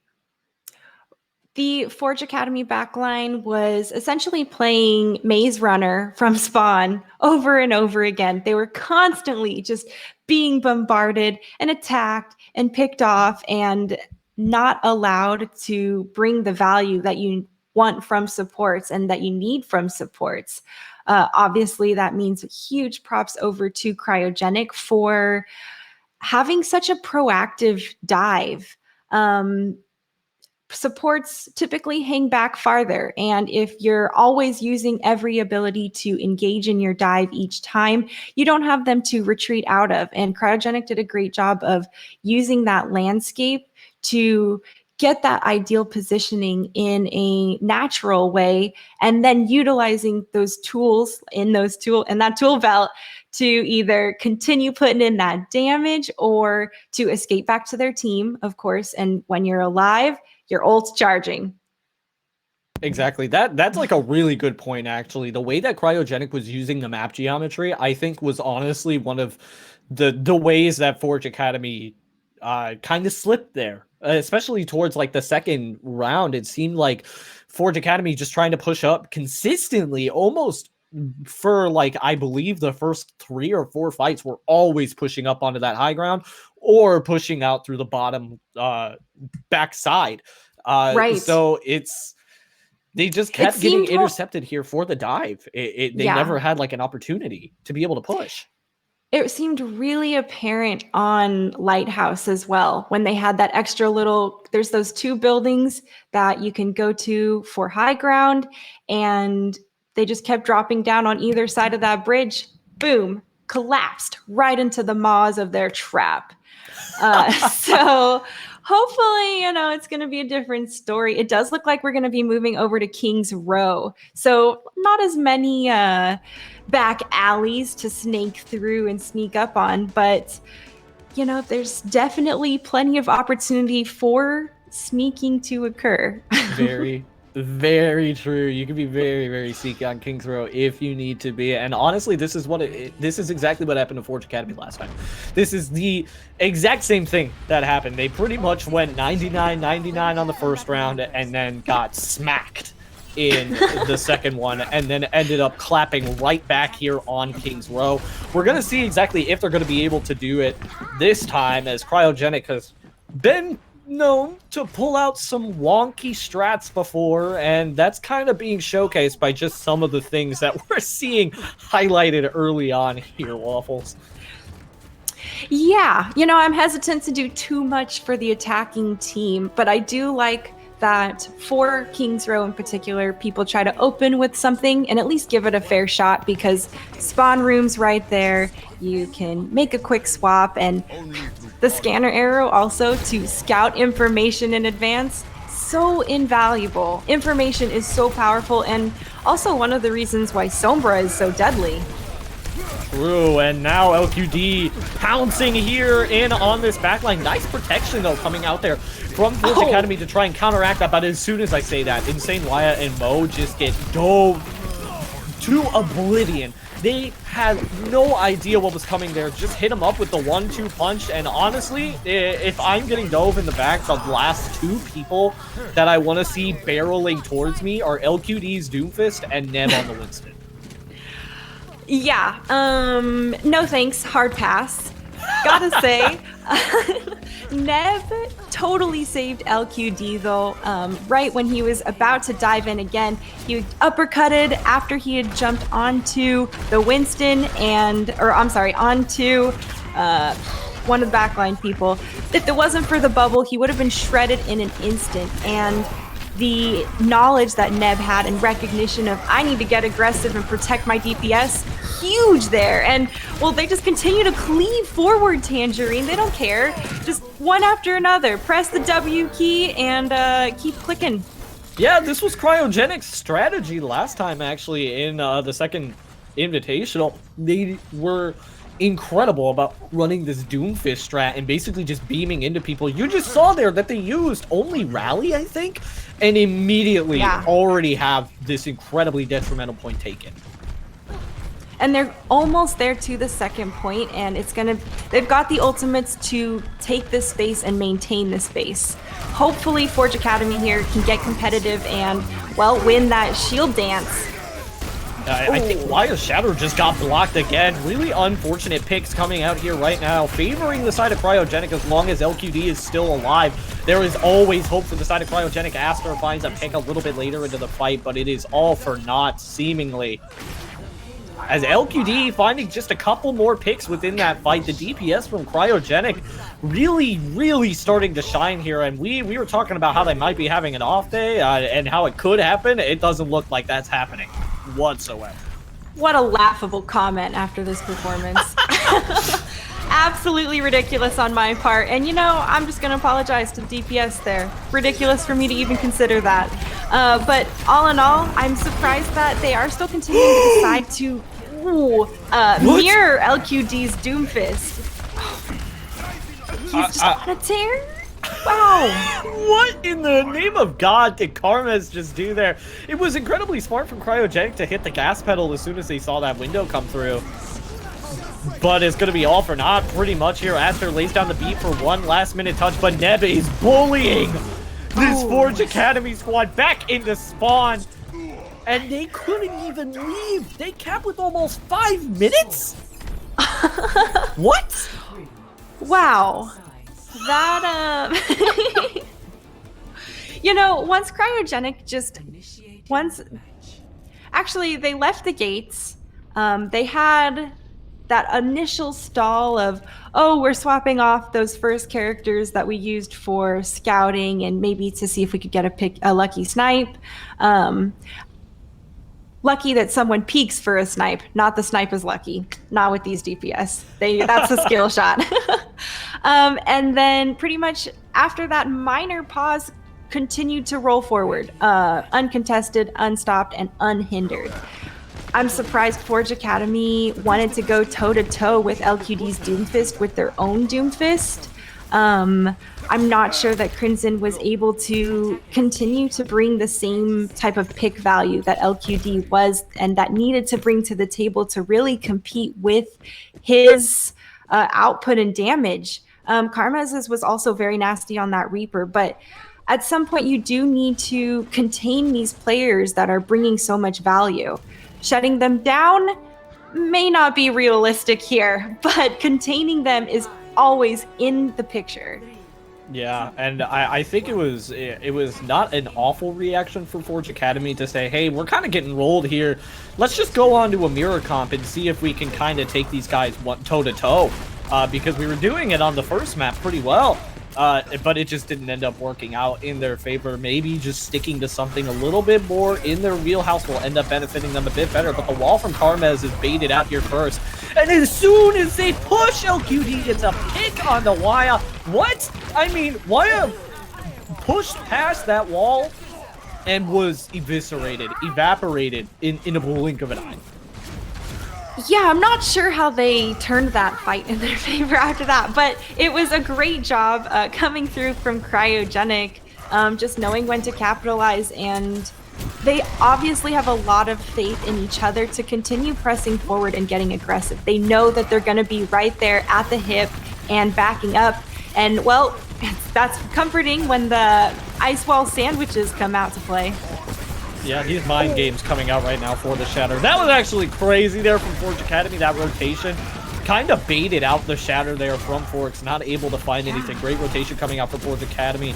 Window is pop, but Forge just, again, going to keep rotating. These rotations are great, and Mo actually has this window to be able to initiate. Now, Forge Academy are kind of on the up and up here. LQD popping out a Deadeye to see if anything can get done with it. But the bomb from Neb ends up finding Aster and the Immortality Field. The pressure that was created from the Deadeye was just too much to handle for the side of Forge Academy. That coupled out with the bomb from Neb, it was just way too much, and the stagger on the Hida. It's just so rough. Oof. Yeah. People make sure that you get staggered much more as Baby Diva. No remeching, because that is a big ouchie these days. Forge Academy, they're gonna have a whole bunch of ultimates online coming soon, so they could have a lot of resources. And oh man, getting split off early is bad news, Tangerine. Yeah, it's a really, really good cut there. Hida, as soon as you saw that wall come out, you should have known that was gonna happen. So unfortunate there. Hida wasn't able to eat it. I mean, you can't ask that much out of a Diva sometimes, but I mean, that's kind of the only way that you would have been able to prevent that. Yeah, well, and the wall was put up before the Blizzard was thrown, and although the Diva was on the other side, the Blizzard was thrown a bit to the opposite direction, so, in theory, so that way her defense matrix would not be able to go through the wall and eat it. So some tactical placement coming through, and this Ant Matrix is going to be something both teams are avoiding from each other. The hedge, what? And a block of that Shatter. Bodied, yeah, this is some...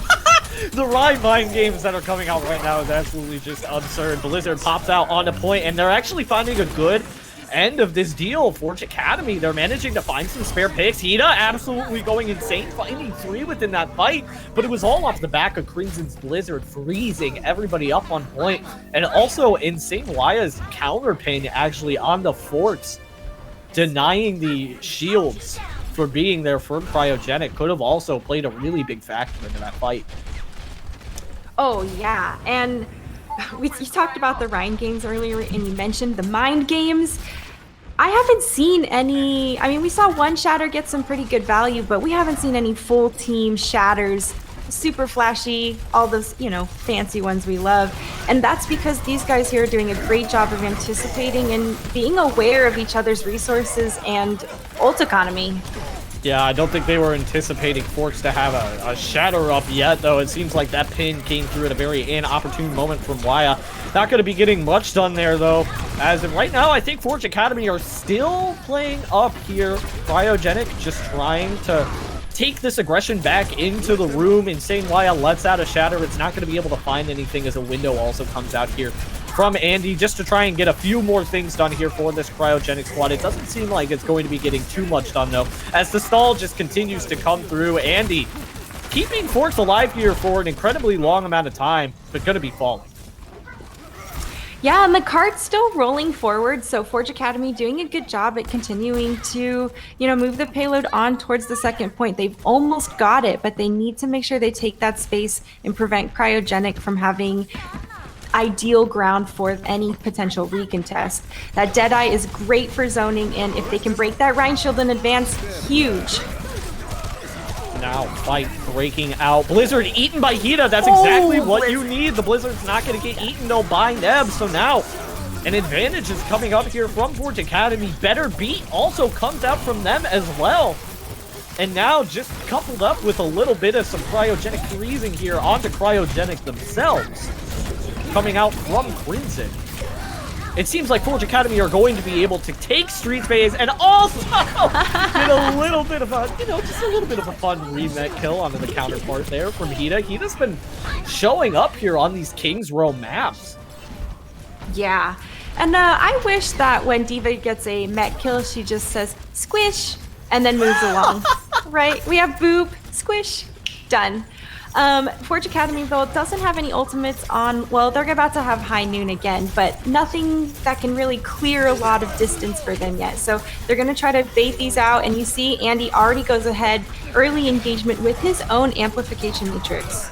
Yeah, the Amp Matrix is going to be forcing everybody back. I mean, it's hard for Forge Academy to really try and play around that based on the way that Forks was playing around the cart there. You couldn't really find a Shatter or a safe Deadeye with that window.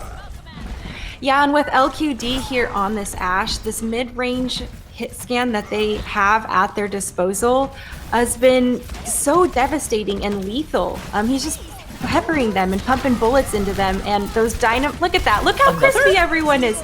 Oh my gosh, Hida just ate another Blizzard Tangerine. Oh my gosh. That's the fourth Blizzard, actually, that Hida has eaten today. It is actually just absurd what Hida is managing to do on this D.Va. And also, I want to remind people, this is not Hida's main role, if I remember correctly. Hida is a hit scan player.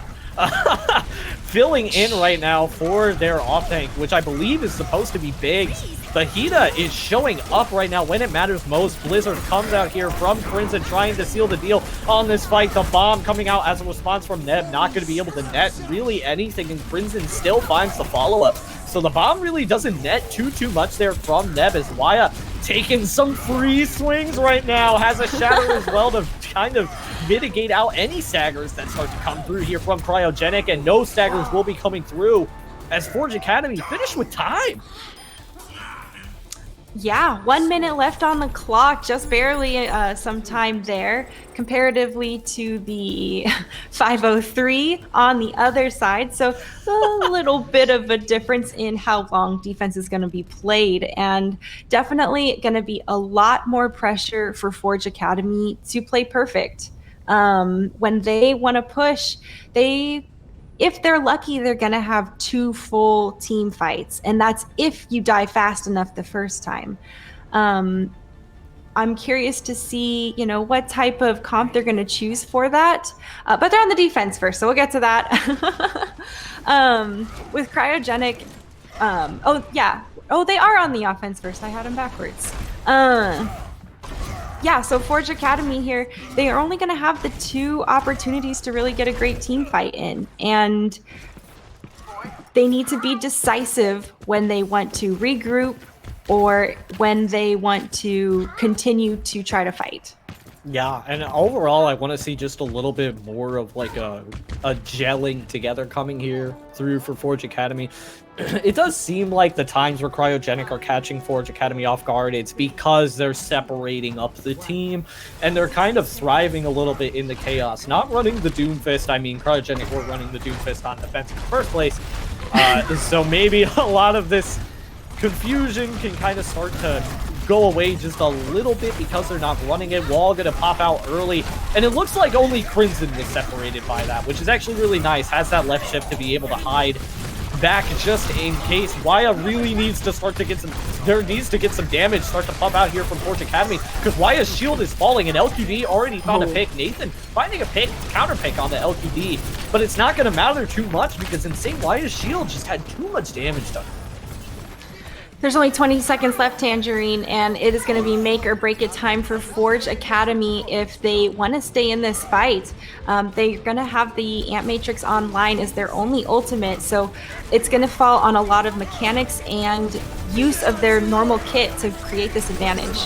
That was a huge wall, though. That was a great wall coming out from Crimson to mitigate a lot of that damage, but Insane Waya's shield took a lot of heat because of it, and Nathan is actually starting to come up a little bit clutch here. Finds the pick with the Deadeye onto Neb. Now, no more defense matrix to eat anything. LQD's Deadeye also doesn't net anything either, and the Shatter that comes through from Waya leaves about 3 flat.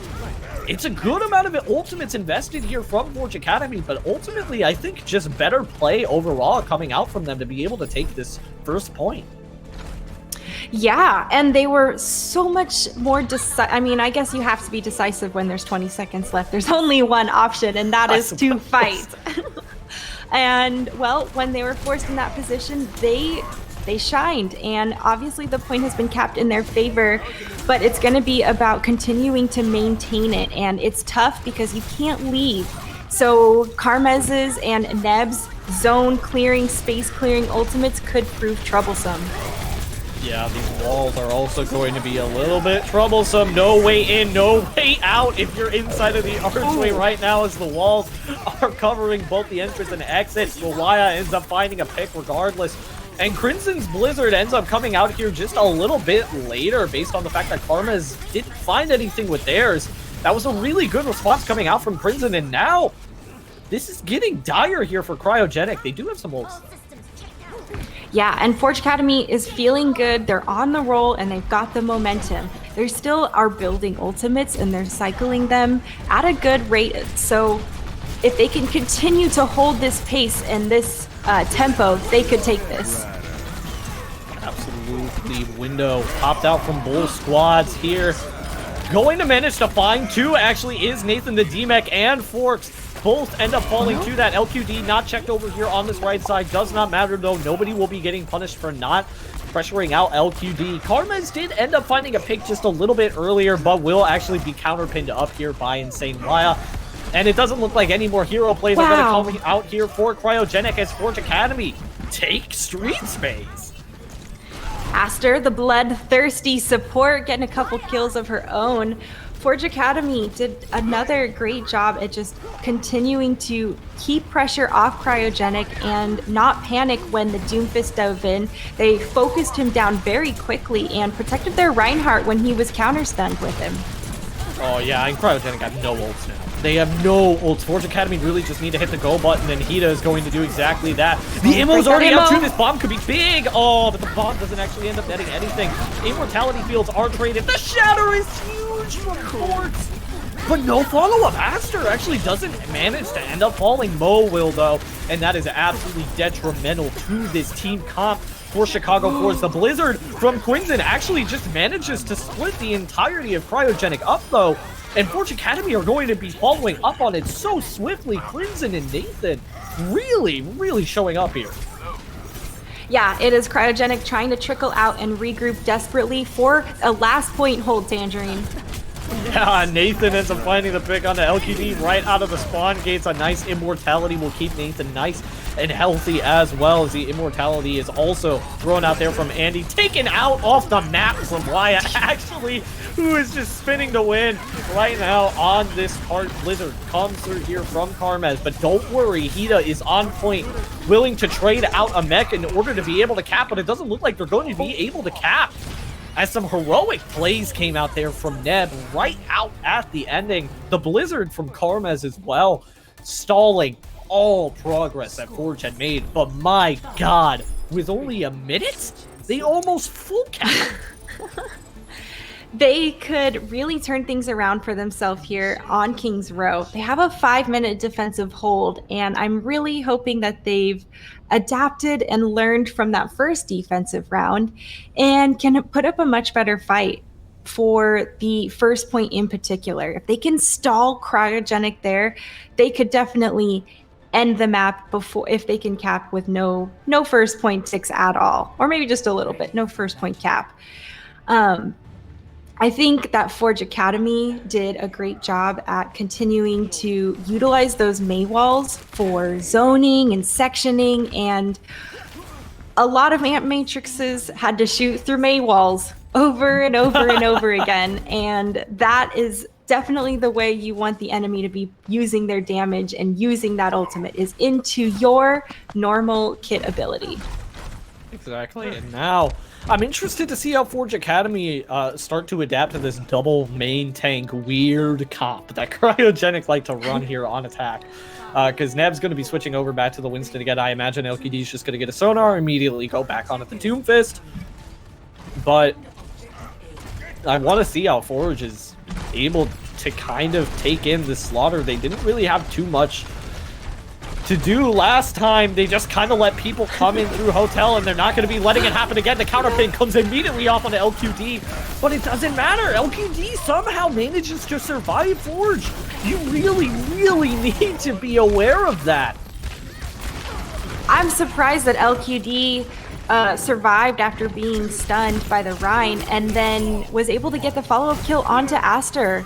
That's the type of value you need to be shutting down, and not letting him get away with, especially after you've devoted an important resource like your Reinhardt charging at him to stun him and immobilize him.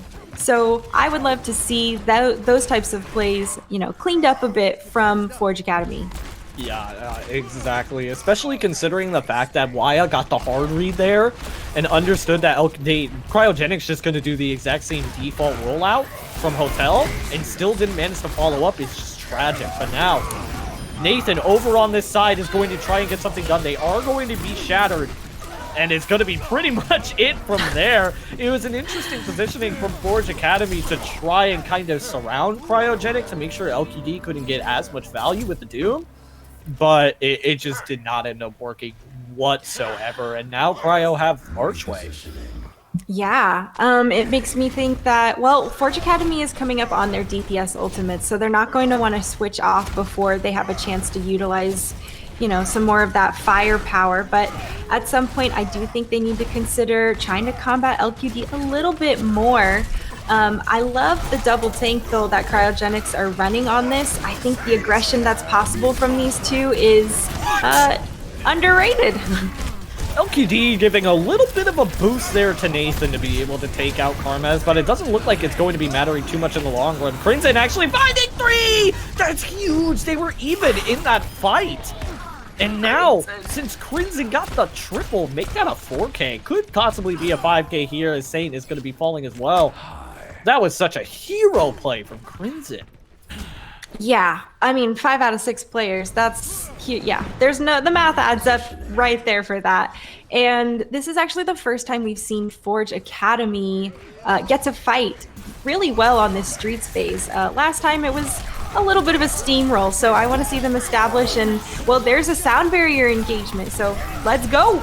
Yeah, and the better beat, though, coming out there from Saint, but Forks ended up falling before the beat could actually matter too much.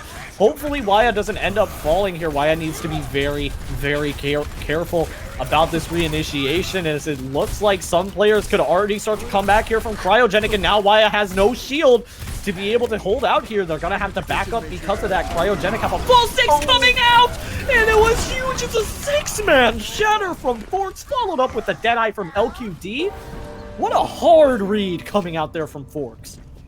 Yeah, the shield was broken, and Cryogenic capitalized, speed boosted forward, and as Forge Academy was trying to retreat behind the corner, Cryogenic just said, "Oh, cool, thanks for showing us where you're running, and we'll drop you where you stand." And, now they are looking to continue moving aggressively towards this third point with a beautiful wall blocking that Amp Matrix once again. Yeah, also blocked the Shatter too from Waya, actually.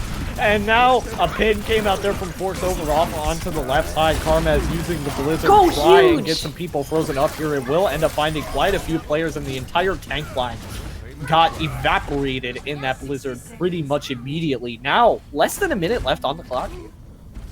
Cryogenic still has 2 ultimates they can use to continue moving this payload forward. LQD and Neb, 2 zoning ultimates that, you really can't touch the point too much if you're trying to hold a presence here. And that shield, Immortality Field already committed too. Crimson just went in the backline and did it again. This madman is just getting away with everything but Neb. With the 2K bomb, this could be the turn that Cryogenic need to be able to take this fight. Waya under heavy pressure, not going to be able to stay alive there. But the pressure that's coming out here from both Hida and Mo is going to D-Mech Neb. It could still potentially be going into the way of Cryogenic, though, as LQD and Neb are just trying to get things done themselves. Neb with the Buddy Blaster trying their hardest right now. Bomb from Hida comes out. It's a small lob, but it gets the job done. And wait. Wow. Wait. They did not just do that. That is so unfortunate. Wait, Cryogenic just capped? Oh, wow. No. Oh, my goodness. I can't believe that just happened.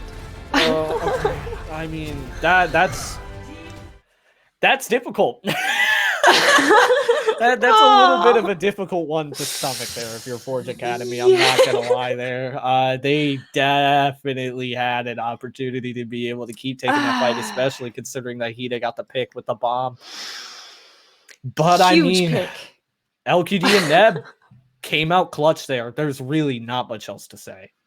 Yeah, and LQD, I mean, we mentioned that he was going to be a huge threat earlier, and obviously showing his skills and being a bit of a powerhouse on that Doomfist, just massive value and really leveraging all those alleyways. I said that there weren't as many to get snuck up on, and sorely proved wrong once again by the DPS lineup. So, happy to learn lessons all around today. Yeah, kind of inventing some new plays. Our Cryogenic, this aggression that Cryogenic is known for, it's really paying off for them right now. And Forge are starting to figure it out a little bit, especially on Streets phase. You could start to see that the gears were turning, and Forge were starting to get some stuff done, especially on attack. They look incredibly comfortable, but Cryogenic just proving to be a little bit too much for them. They need to find a way to really start to shut down these DPS hero plays that are coming out from Cryogenic. But we're going to see exactly if Forge Academy can start to stay afloat up in this match, start to maybe pull off a reverse sweep, or if Cryogenic is going to lock it up with a swift 3-0 after the break. So don't go anywhere.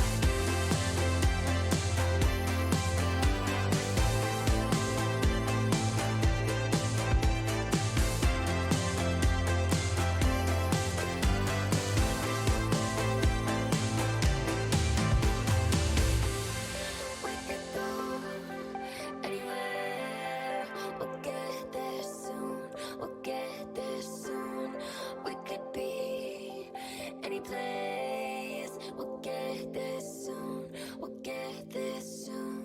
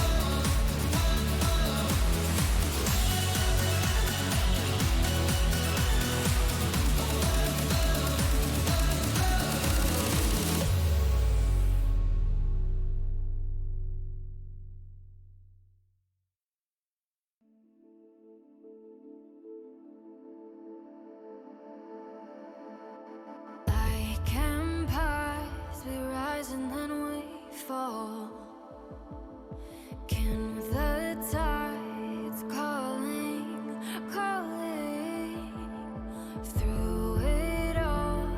Titans watching, waiting. Once rivals, now we sit patient at the end of the world. Where will we be?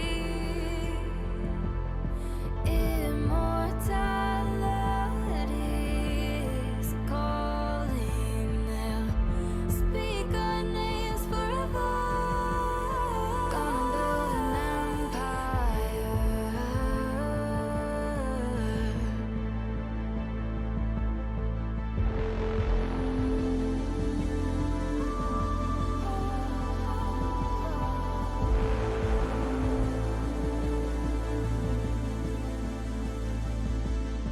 Twin pillars, the east and the west, scorch our names in the dirt. They're calling us in. Can you hear it?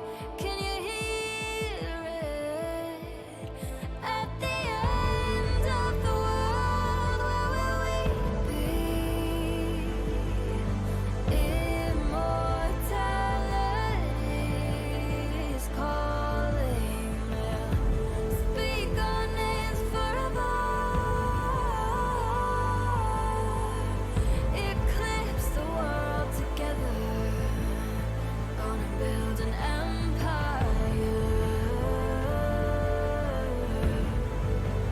Build an empire.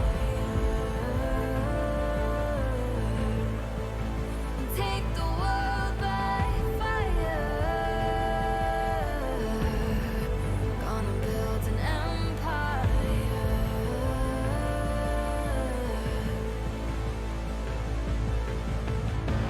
This is what we've been waiting for. They don't know we've been keeping score. This is our destiny. Can you hear the calling? At the end of the world, where will we? Hello, everybody, and welcome back to the Will English Friends and Family Tournament. When we left off, Cryogenic and Forge Academy just came off of an absolutely incredibly close Kings Row map. Cryogenic just managed to squeeze out the win there 2-0. But Waffles, we could potentially start to be seeing the start of a reverse sweep here from Forge Academy. What do you think that Forge Academy need to do in order to make this reverse sweep possible? Oh man, that is a well, it's a loaded question right there. There's obviously multiple things that can be done, and it's really not fair to say, oh, one person or this is the one thing that's truly broken on a team, because it does take more. There's so many nuances that create the entire dynamic and feng shui, I guess you could say, that the team comps are trying to achieve for their attack plans or defensive plans. So far, we have seen that Cryogenic has a very aggressive style, and Forge Academy needs to combat that, and they need to be prepared and not surprised that their backline is constantly being dived and pressured by the DPS. It seems like there seem to be proactively reacting to it and anticipating it better, but they're only anticipating it to the degree of stunning and pausing the assault, not actually removing the threat on top of it. And so it's that secondary follow-up part that is really going to seal the deal and create an advantage strong enough for them to win fights, not just stun them out and let them escape. Yeah, I don't think I could have said it any better myself. It does definitely seem like Forge Academy has like a follow-through problem in some instances, and I think a lot of that comes down to communication, but I think it also comes down to this fast-paced style that Cryogenic is playing. It's not giving any room for Forge to breathe. they have no opportunity to be able to just kind of let off the gas pedal here, and now we're rolling into Gibraltar. This is going to be really the first time that we've seen, well, not the first time actually, because Forge ran out onto Winston the first map, I believe. Nathan going up here onto this high ground will get pressured out pretty much immediately. It's just some soft dives coming through right here now for 40K. Yeah, gonna be a bit of a slower battling phase here. As both teams are gonna poke each other, trying to whittle each other down and maybe find someone out of position. The payload here is going to eventually be a problem, and Cryogenic is going to have to drop at some point to contest and prevent it from moving. Maybe not, though. What? What? LQG's gonna double with the dynamite onto the Echo Mercy, and now LQG gets the rest of the backline? I mean, it's double been a fried hot minute since I've seen one single dynamite take out. There's another dynamite kill. I can't believe this right now. LQT's gotta chill out a little bit. Wow, I mean, he is literally setting everyone on fire on Forged Academy, and well, his ultimate is online, with no surprise. That is exactly what comes from such a high value amount of dynamite targets hit. Yeah, and that's actually crazy because Bob takes so long to get up, honestly, and the bomb is also up as well. Ends up finding Aster. LQD gets taken out early in that fight, but it's going to be all for naught if the Mercy is not there from the side of Forge Academy. Primal from Waya just to try and see if one more pick can try and come out of this fight, that maybe they can snowball it, but not. That pick's not going to happen. And it looks like Forge Academy are going to end up getting that pick, though, which is nice. I was waiting for it. I was waiting for the pulse bomb to come through onto the Slep Pump.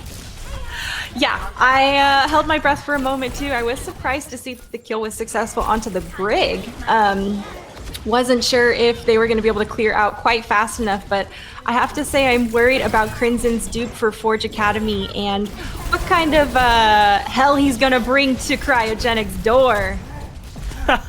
And it looks like Nathan is the one who's knocking on the door right now. Ends up finding a pick early on into that fight as well. So 2 picks on the side of Nathan right now for this fight. Copy out from Crimson, dives into the server's room, ends up finding one member of the backline, and Waya finds another. The Winston's trading out right now into the backline, and Waya finds another pick. The double Winston is just too much pressure for Cryogenic to be able to handle. Yeah, great dupe coming through from Crimson, and even though he was booped back from LQD on that high ground, still had plenty of hang time to jump forward and continue putting the pressure on the high ground. Point has not quite been capped yet, though, Tangerine, so still a trickle game. Yeah, that's unfortunate that Aster fell first in that fight. Honestly, this was probably the best fight that Forge Academy had. To be able to take this point, just considering, and Waya knows this. Waya's actually popping Primal to see if he can get any stagger picks left off into this, but it's not going to end up happening. Honestly, Aster falling there was just so incredibly rough, because now LQD has popped.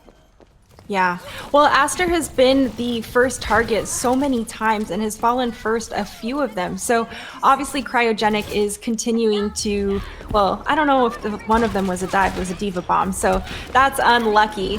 And Crimson switch over to the McCree probably to help with Tracer a bit, but Nathan's been picked early by Forge Academy. So another reset and even more time off the clock, Tangerine. There's only 9 seconds left. Yeah, this map has just like gone in a flash. I didn't even realize there were only 9 seconds left, and the backline is already gone from Forge. They have just been dissipated into air. They are in atoms right now. They are being split in half. And Forge Academy just can't handle the pressure that Cryogenic are putting out for this map. My lord, Cryogenic just had it out for Forge's backline. Yeah, I mean, abracadabra, poof, backline gone. Cryogenic seem to be really consistently creating that effect for themselves against Forged Academy. And obviously, no backline, which is typically your support line, means no sustainability. And really rough on Aster to just be the target of all that focus. Mentally, I really wish them best, because getting constantly harassed by this DPS lineup from Cryogenic has got to be rough. And No kidding. well, the super jumps, as much as you want them to save you to avoid the damage, it's just not always going to be enough. You need to have people who can peel for you. Yeah, and honestly, we were actually talking about this in the break. I think that Forge right now, what they are doing really, really well is their support line has been so rock solid. So rock solid. And now Cryogenic are starting to understand that. They're starting to see, hey, this backline is doing really well. What if we just kept jumping onto them consistently the entire time? Like, never stopping. And Cryogenic, their plan is absolutely working out for them. Yeah, and when you remove the strongest players, it's much rougher for them to carry. What? Everyone's on the high ground. I have never. And it's a party. I don't think I've seen that before in my entire life. Just ends up rolling through them. Wait, Neb gets D-Max, so right now it is actually an even fight as long as that D.Va is not in the mech, but even fights are not exactly what you want here. If you are on the side of Forge Academy, you really want to decisively take this win here. You have to full hold Cryogenic right here. You can't allow them to be getting free picks. Yeah, Forge Academy, poor Aster just got unlucky, caught by a swing as she was trying to fly over to her Zarya, who was, well, conveniently booped into high ground. So a little unlucky there, but they are stabilizing and able to, re-establish themselves defensively before too much ground has been made on the payload. Oh, just missed it by that much. Yeah, no kidding. And I have to say, the Forge Academy are doing a really, really good job of zoning out LQD. LQD really hasn't had, opportunities to be able to take this space as Widowmaker. Crimson just lobbing in a lot of right clicks over that way, and LQD's just not getting the wiggle room that he really needs to be able to make that much of a difference in the fight. As I'm talking, Neb falled incredibly low. Wyatt didn't pop Primal! That's so unfortunate. I think Wyatt ended up getting stunned there a little bit too late, and now the grab comes off. Finds the tank line of Forge Academy. Sorry, of Cryogenic. And they are actually able to convert it into a pick onto Forge, and the right click coming out onto Neb is going to make sure that that mech does end up getting completely lost from Neb. And the Pulse Bomb will end up with a really nice bubble that came out there onto Wyatt to manage to kind of save that just a little bit and get a ton of charge as far as the Zarya beam goes. Now, Forge Academy holding on really well in this Gibraltar. Love it when a Zarya saves someone from a pulse bomb. Just gotcha. And well, Forge Academy's super strong support line have two ultimates that they can use to engage for these next fights and back their team up. So if they don't get picked first and they can stay alive and can help be there for the sustainability of that aggression, that could be key. Yeah, and Wyatt has to be careful here. The Nano is popped out onto the Winston from Forge Academy, but can't get too overzealous here.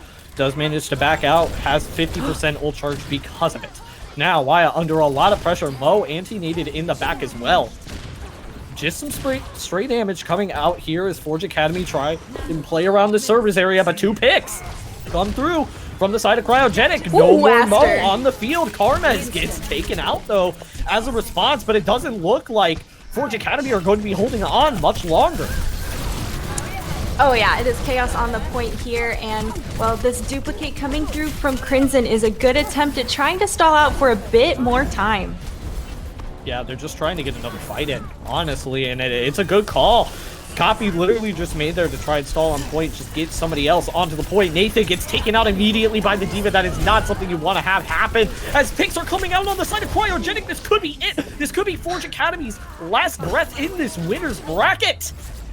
And that is going to be it. Cryogenic shut down Forge Academy so decisively with a 3-0 victory. Yeah, and the tempo coming out from Cryogenic, I think, was just so much more aggressive, way faster pace, and seemed to be very clean in comparison. So I think that some of those elements really contributed to them winning and them winning in, this 3-0. That, it does show that they were confident and there were some moments there where we were like, okay, a little sloppy, but they were consistent pretty much the whole time. And that aggression coming through from the tanks to engage, and when they would split around and draw pressure away from each other. Oh wait, now you're shooting at the other guy. Boom, I'm going to collapse in and you've been pincered into the maws of the trap. So I thought that they did a great job at, bringing that type of space and helping bring the value to the team. Yeah, absolutely. And I said before, I'm a Cryogenic fanboy, and honestly, it's because of the aggression that they decide to bring out is why I'm such a huge fan of them, honestly. And congratulations to them. They managed to take the 3-0 up against Forge Academy. Forge Academy, no slouches, though. They will be moving on into our losers bracket. That was the winners bracket. So they will have another chance tomorrow to be able to redeem themselves. But for now, Cryogenic has just secured themselves a match tomorrow up against Avidity, who just 3-0'd the Pogfish BSE variant. Pogfish. Yeah. And welcome, Will. Welcome to the call. Yes, thank you. Thank you for welcoming me on my own broadcast. No, I'm just totally kidding. But yes, Cryogenic versus. It's always funny. It's just like you talk about me in third person, and I'm like, wait a minute, hold on, when did this happen? But no, it's totally cool. It's totally cool. It's all smiles over here. But anyway, yes, congratulations to Cryogenic for winning 3-0. Yes, you're absolutely right, Tangerine. It sets up kind of I would say a rematch. I need to get the history straight for IV2, but I think this is a rematch now that we have on the winner side of the bracket. So that's going to be interesting tomorrow, and I think you and Frankie get to cast that one. Lucky you. Ooh, I'm so ready lucky audience. Yeah, absolutely. So with that being said, this is our. So I don't like this. Kind of went by fast, but this is our last match for today. We're going to try to do winners finals today, but it turns out with the schedule, we're going to try to do that tomorrow. So that's going to be it for us today, and then we're going to switch over to MI Blizzard to finish out their losers final match, or their losers round 2 match, whichever one they're going to pick. I'm guessing they're going to do Forge Academy versus Agave Coven on the other side. But it's been a great afternoon with you both, Tangerine and Waffles. I'll be like, any final thoughts, Tangerine, on today's action? I mean, it was just wonderful to watch, honestly. We saw some really, really close Overwatch come out today, especially within that first game that we saw. I mean, it was crazy. Go back and watch that if you haven't. Please do. It was wonderful. Absolutely. And Waffles? All in all, really liked that aggression that we saw come through, and it would be essentially a full court press the whole time if we translated it over to traditional sports, and people way out there close in the boundaries, or head up against the lane line of the pool. And that's the kind of proactiveness and instigation that I like to see coming through from the game in general. And it was displayed here, and it was fantastic to watch and enjoy. Absolutely. Well, again, thank you both for coming on this lovely Saturday afternoon. We will see you tomorrow. Well, actually, I should also preface something. I almost forgot. So me and Tangerine will also. So like the first part of the cast you'll see tomorrow, which will be about 1:30 Central Time tomorrow, is going to be actually the Little Monster League finals. Actually, so we don't know who's going to be playing next. So they have to finish that out today. But I know Tangerine has basically been the solo caster for that entire tournament all month long. So now I get to see. Who's at the end? So like do you know any of the teams that are at least in contention for the for grand finals? I don't know the teams that are in contention for grand finals, but I think the cool thing is that because I don't know, I don't think I could actually tell you who could possibly be in the grand finals. Ooh. That league is so close. That league, it is neck and neck. There are map 5s all the time. They were making me sweat on my broadcast by just consistently giving me map 5s. So you will not want to miss that whatsoever. Please check out the broadcast tomorrow for the Little Monsters League finals. You will absolutely not want to miss that. Absolutely. Well, either way, like I said, we will see you tomorrow about 1:30 Central Standard Time, and then we're probably going to do we'll take a break for Open Division Grand Finals, so we're not going to run into that, and then we'll restart the Friends and Family Tournament to finish out, which was looking to be top 4 tomorrow, starting with Winners Finals between Avidity and Cryogenic, which is going to be a barn burner. You don't want to miss it. Again, thank you, Waffles. Thank you, Tangerine. Thank you to Nautilus back in the booth, Captain Jack, putting all this stuff together. We will see you tomorrow I should say. Okay, I'm losing my words. Good night. Good night. See, I'm already messing up. I need coffee. I need food. I'll see you guys tomorrow. Have a good night.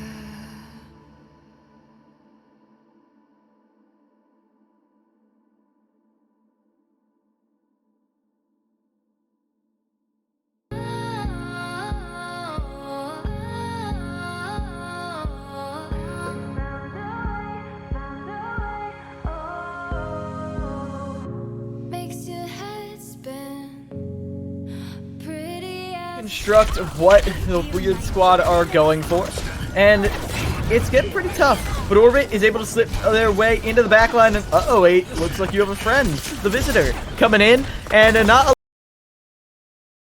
get the Mercy to save their life, and Yeeter has to get out of there. But while the two supports are distracted, 3 headshots in a row, Merch? That's what I was talking about. That's the pop-off potential that you need.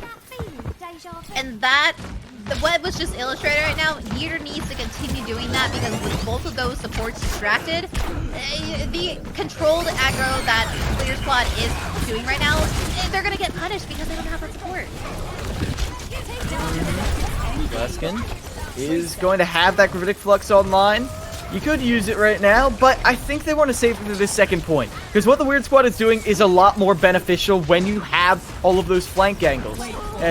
Yeah, this is more or less a done deal. Once the Mercy has their pistol out, you know it's probably finished off, as the two supports are just pocketing each other. But Crocodile, proving me wrong when I said Brig can't pop off, getting 3 kills in that last fight. The finisher right there, making sure no stallers get any leeway on the point.